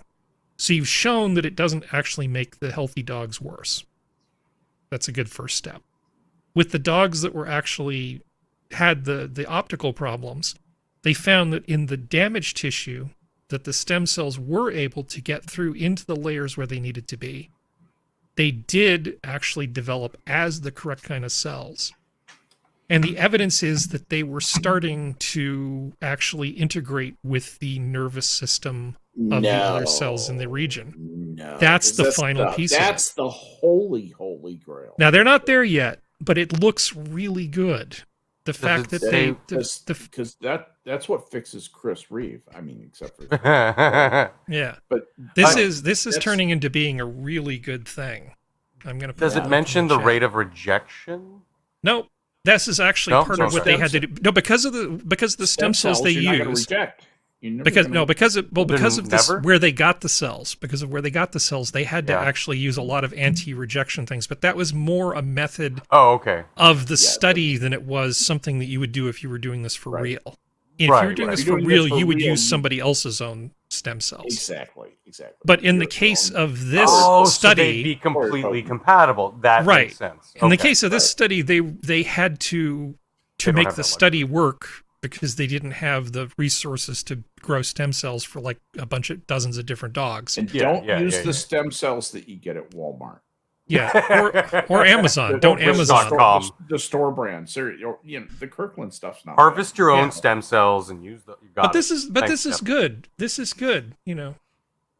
It says here, but in 3 dogs that were at an advanced stage of retinal degeneration, the retinal barrier was more permeable. In that environment, cells had a better ability to start moving into the correct layer of the retina. Because the transplanted human cells could be interpreted by the dog's immune system as foreign entities, the researchers did what they did in other tissue transplant procedures. They gave the dogs immunosuppressive drugs. The tree of medications doesn't particularly matter. Indeed, while the injected cell populations declined substantially in dogs that did not receive the immune-suppressing drugs, the cell numbers dipped but then sustained in the dogs that received the cocktail. Meaning, it was just a method for the study. Right. Further characterization of the introduced cells revealed evidence of potential synapses. That's the thing we're talking about. That's the grail part of the holy grail. This is not conclusive. We saw that, yes, some are appearing to shake hands with those second-order neurons. They appear to be in contact. This is very, very good. So cool. As far as it goes, it's very, very good. That's as soon as you regrow a nerve, that's Neil Armstrong stepping on the moon. Yeah, and you obviously have to move this out of injecting human cells into dogs. That's Zephram Cochrane building the first warp engine. Yeah, we asked the dogs if they could see stuff. All they said was woof. It's really hard to figure out what they want sometimes. Some of them actually said rough. Some of them may have said rough. But they're probably from the south. Woof is their safe word. So anyway, science for the win. So, more science. So as you are well aware, the Voyager probes went out into interstellar space. And we were actually able to measure what is called the magnetopause as these probes got past the influence where the solar wind basically balanced the pressure outside of the solar system. Each of the Voyager probes, they were separated by time a little bit. They seemed to cross at different points, which makes us think that the magnetopause, or the edge of the solar system, the sun's influence, varies either by position or over time. There's all kinds of fascinating stuff that happened. They were measuring the plasma in the space, basically the result of the solar winds, this ionized particles from the stars. The plasma detection device on Voyager 1 actually failed around Saturn.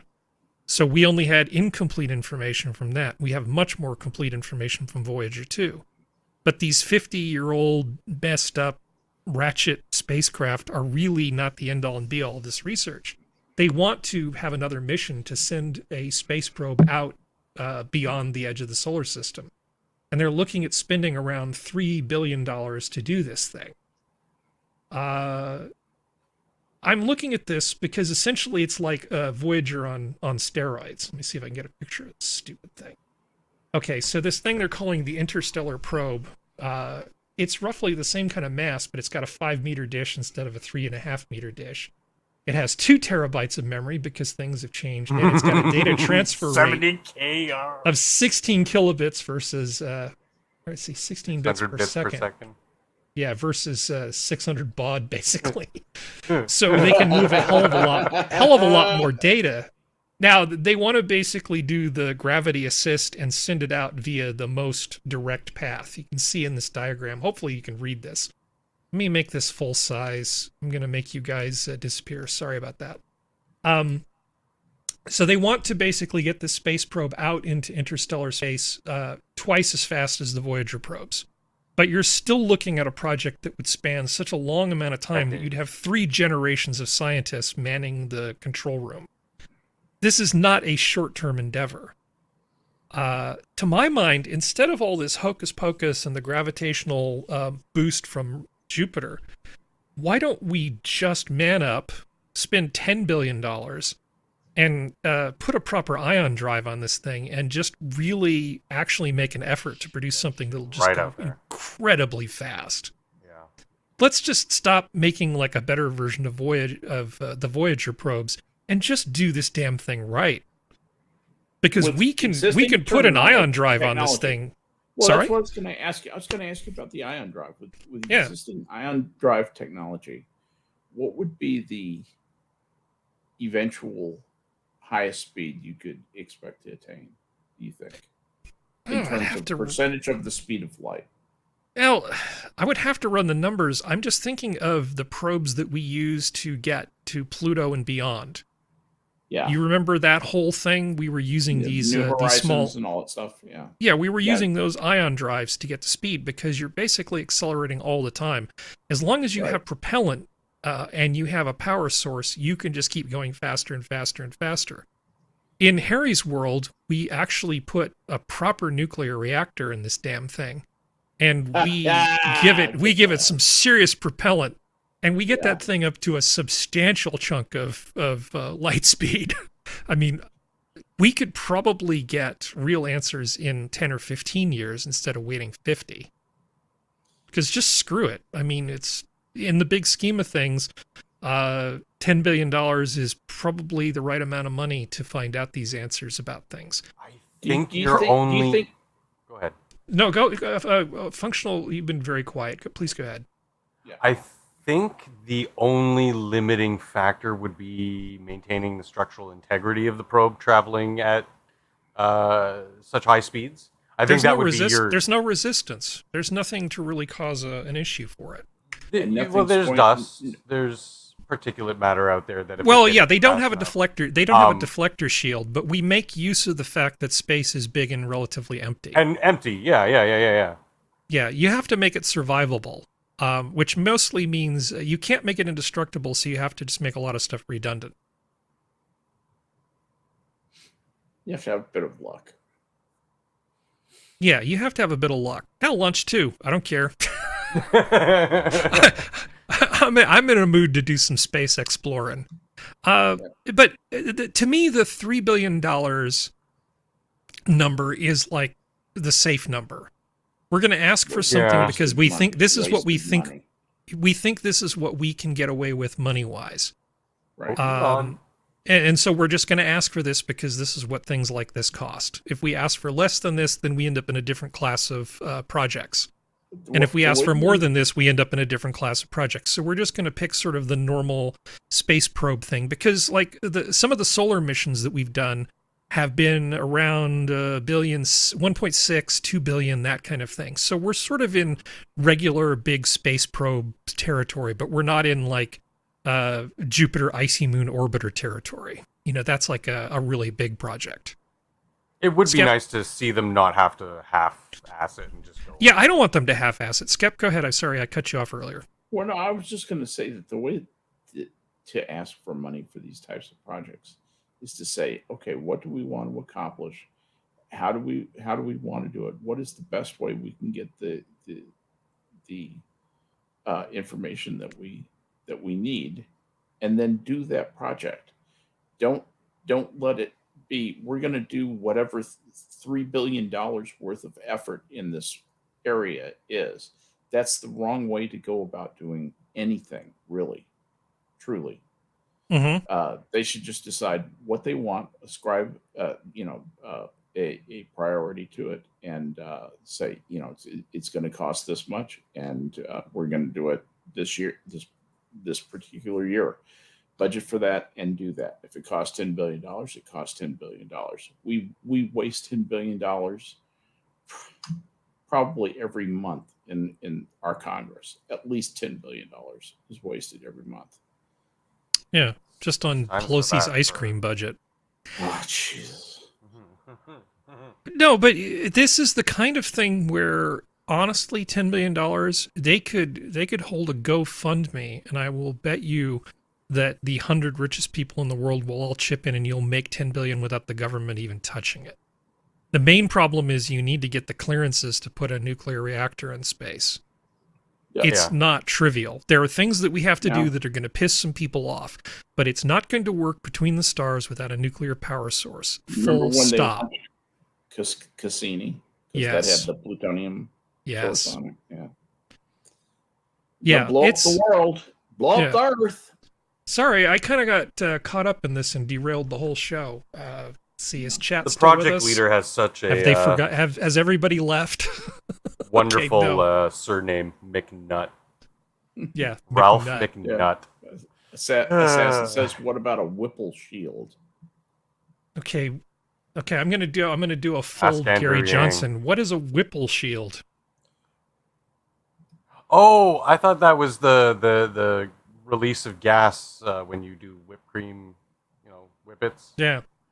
I'm not sure that Ralph McNutt, that this is the ideal picture for him, honestly. No, the Whipple shield is... He's a NASA scientist. He can do whatever the fuck he wants. Yeah. In my mind. Who's that? McNutt.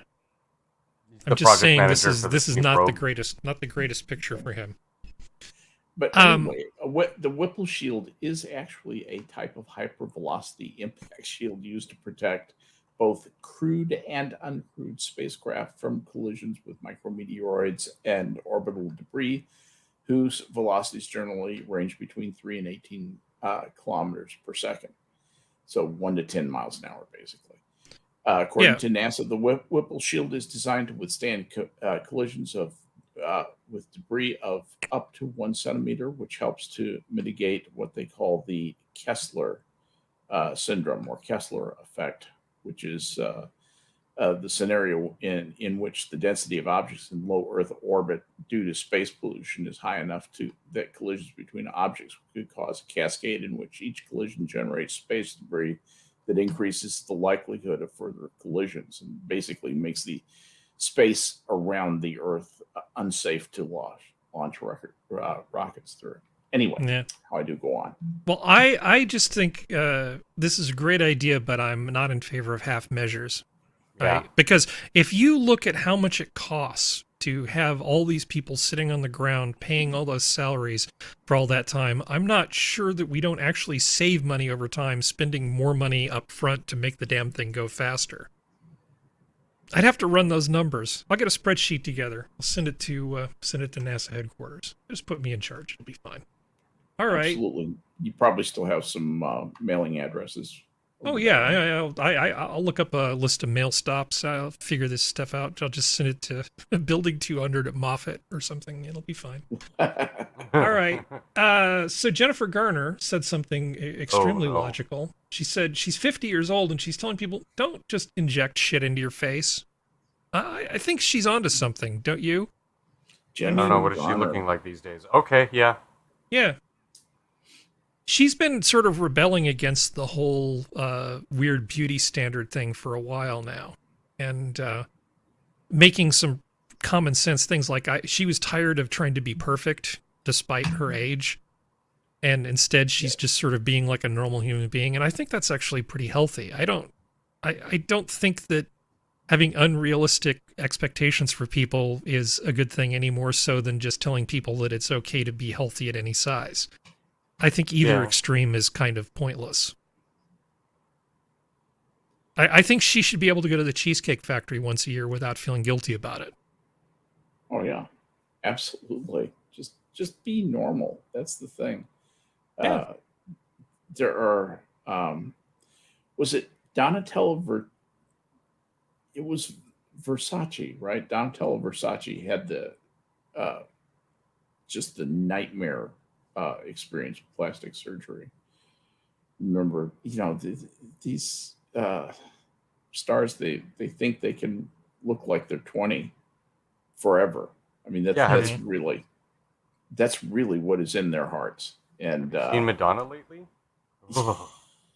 Yeah, Madonna's pretty horrifying. Oh yeah, parts of her face are younger than we are. Oh my God. She had like a tree growing out of her in something recently, didn't she? Some piece of artwork. It's like, I don't know. Madonna confuses me. Or are we calling her Esther now? I don't know. I don't know what's going on with Madonna. I don't keep track of all this stuff. I used to. My point is that she's like more she's acrylic than an Esther. My point is, Harry, Yeah. she's aging. Yeah. Pretty, well, naturally, but there are parts of her face that aren't, so they look really out of place, really grotesque. So because not all. She's been doing a lot of what Garner is saying not to do, is not put fillers in your face and in your forehead and in your ears and your nose and all this other crap. Would just age with some grace and dignity. I've never seen a woman with crow's feet and thought, oh, ew, yuck. Yeah, no. right? Oh, no. It's not the men who are thinking that. It's women and other women who are touching those fear centers of the brain to go, your husband's not going to look at you the same way if you got more of those lines in your face so they can sell more product. Yeah. I mean, I think Jennifer Garner speaks sense.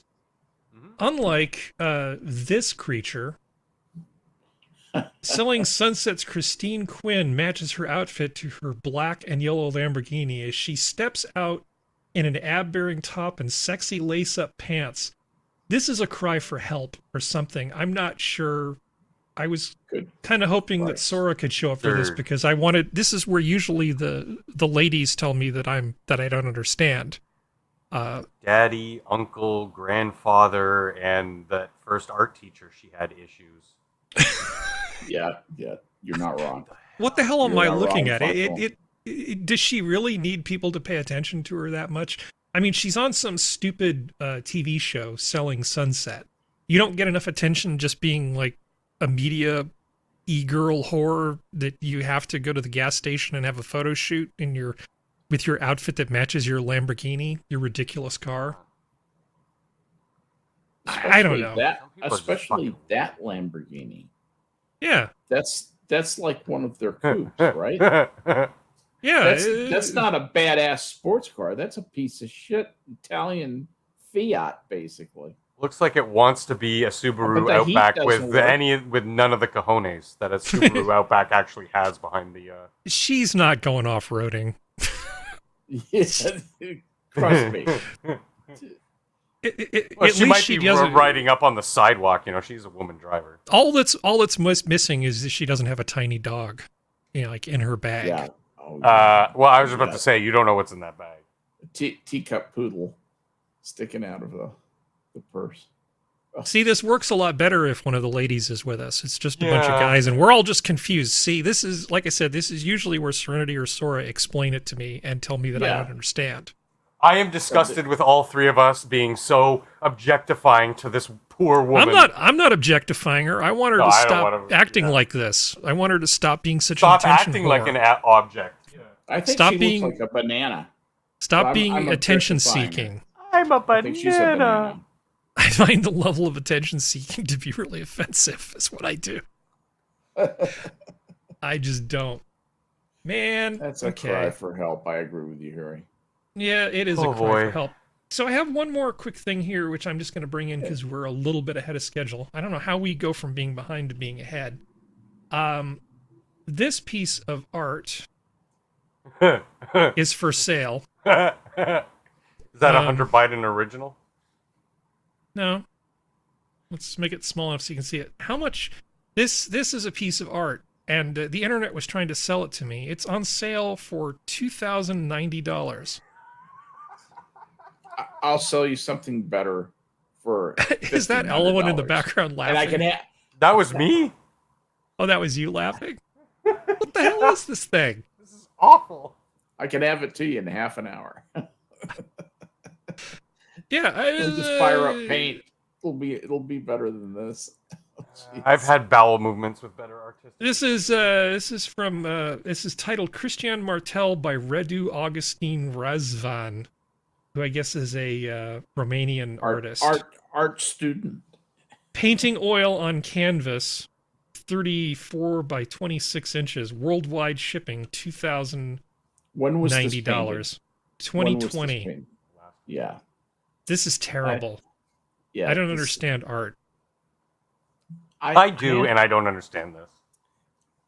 I took some art appreciation course, and it got me interested in art, and I've learned a little bit more about it. This kind of a thing is like in imitation. It's the verisimilitude of art. It's supposed to seem like art, and it lies to you and makes you think it's art, but it's not art. It's just a fraud. Somebody's failed drawing. It's a fraud. It's just less objectively so compared to, say, science, like when we were talking about the fraud in science. That's more objective. You can see that. This is just trying to be something that was trying to be something that was trying to be something. This could have easily passed for good or influential 150 years ago, 200 years ago. No, not today, because that's already been done several times over. Those styles, those brush strokes, the color palettes, everything's been done. Misplaced mouth. The misplaced mouth. The fact that the boobs go sideways. Yeah, there's bright yellow nose. Yeah. There's like so much wrong with this. And Picasso on too much acid. On the skin. No. I can't tell you what. Yeah, she looks like maybe she's got monkeypox. I don't know. I'm not sure what's going on with that. Or maybe she's hoping for it. If we discovered this was a painting from 10,000 years ago done by Cro-Magnon Man, then we might have something. But no, we would say they had bad artists then too. No, no, it's not. But Skep, Cro-Magnon Man created pigments and used primitive tools to created the pigments on stretched canvas, animal hide. Like that would have been something. And it was ochre, and he saw it was good. And then we're gonna I think we're done. And oops, that's a happy little accident over here. So we're just now that we've got Neanderthal Bob Ross. I think we've officially run out of stuff to talk about. He used titanium white. Do you have any final thoughts, Functional? Be kind to yourself and each other. Skep.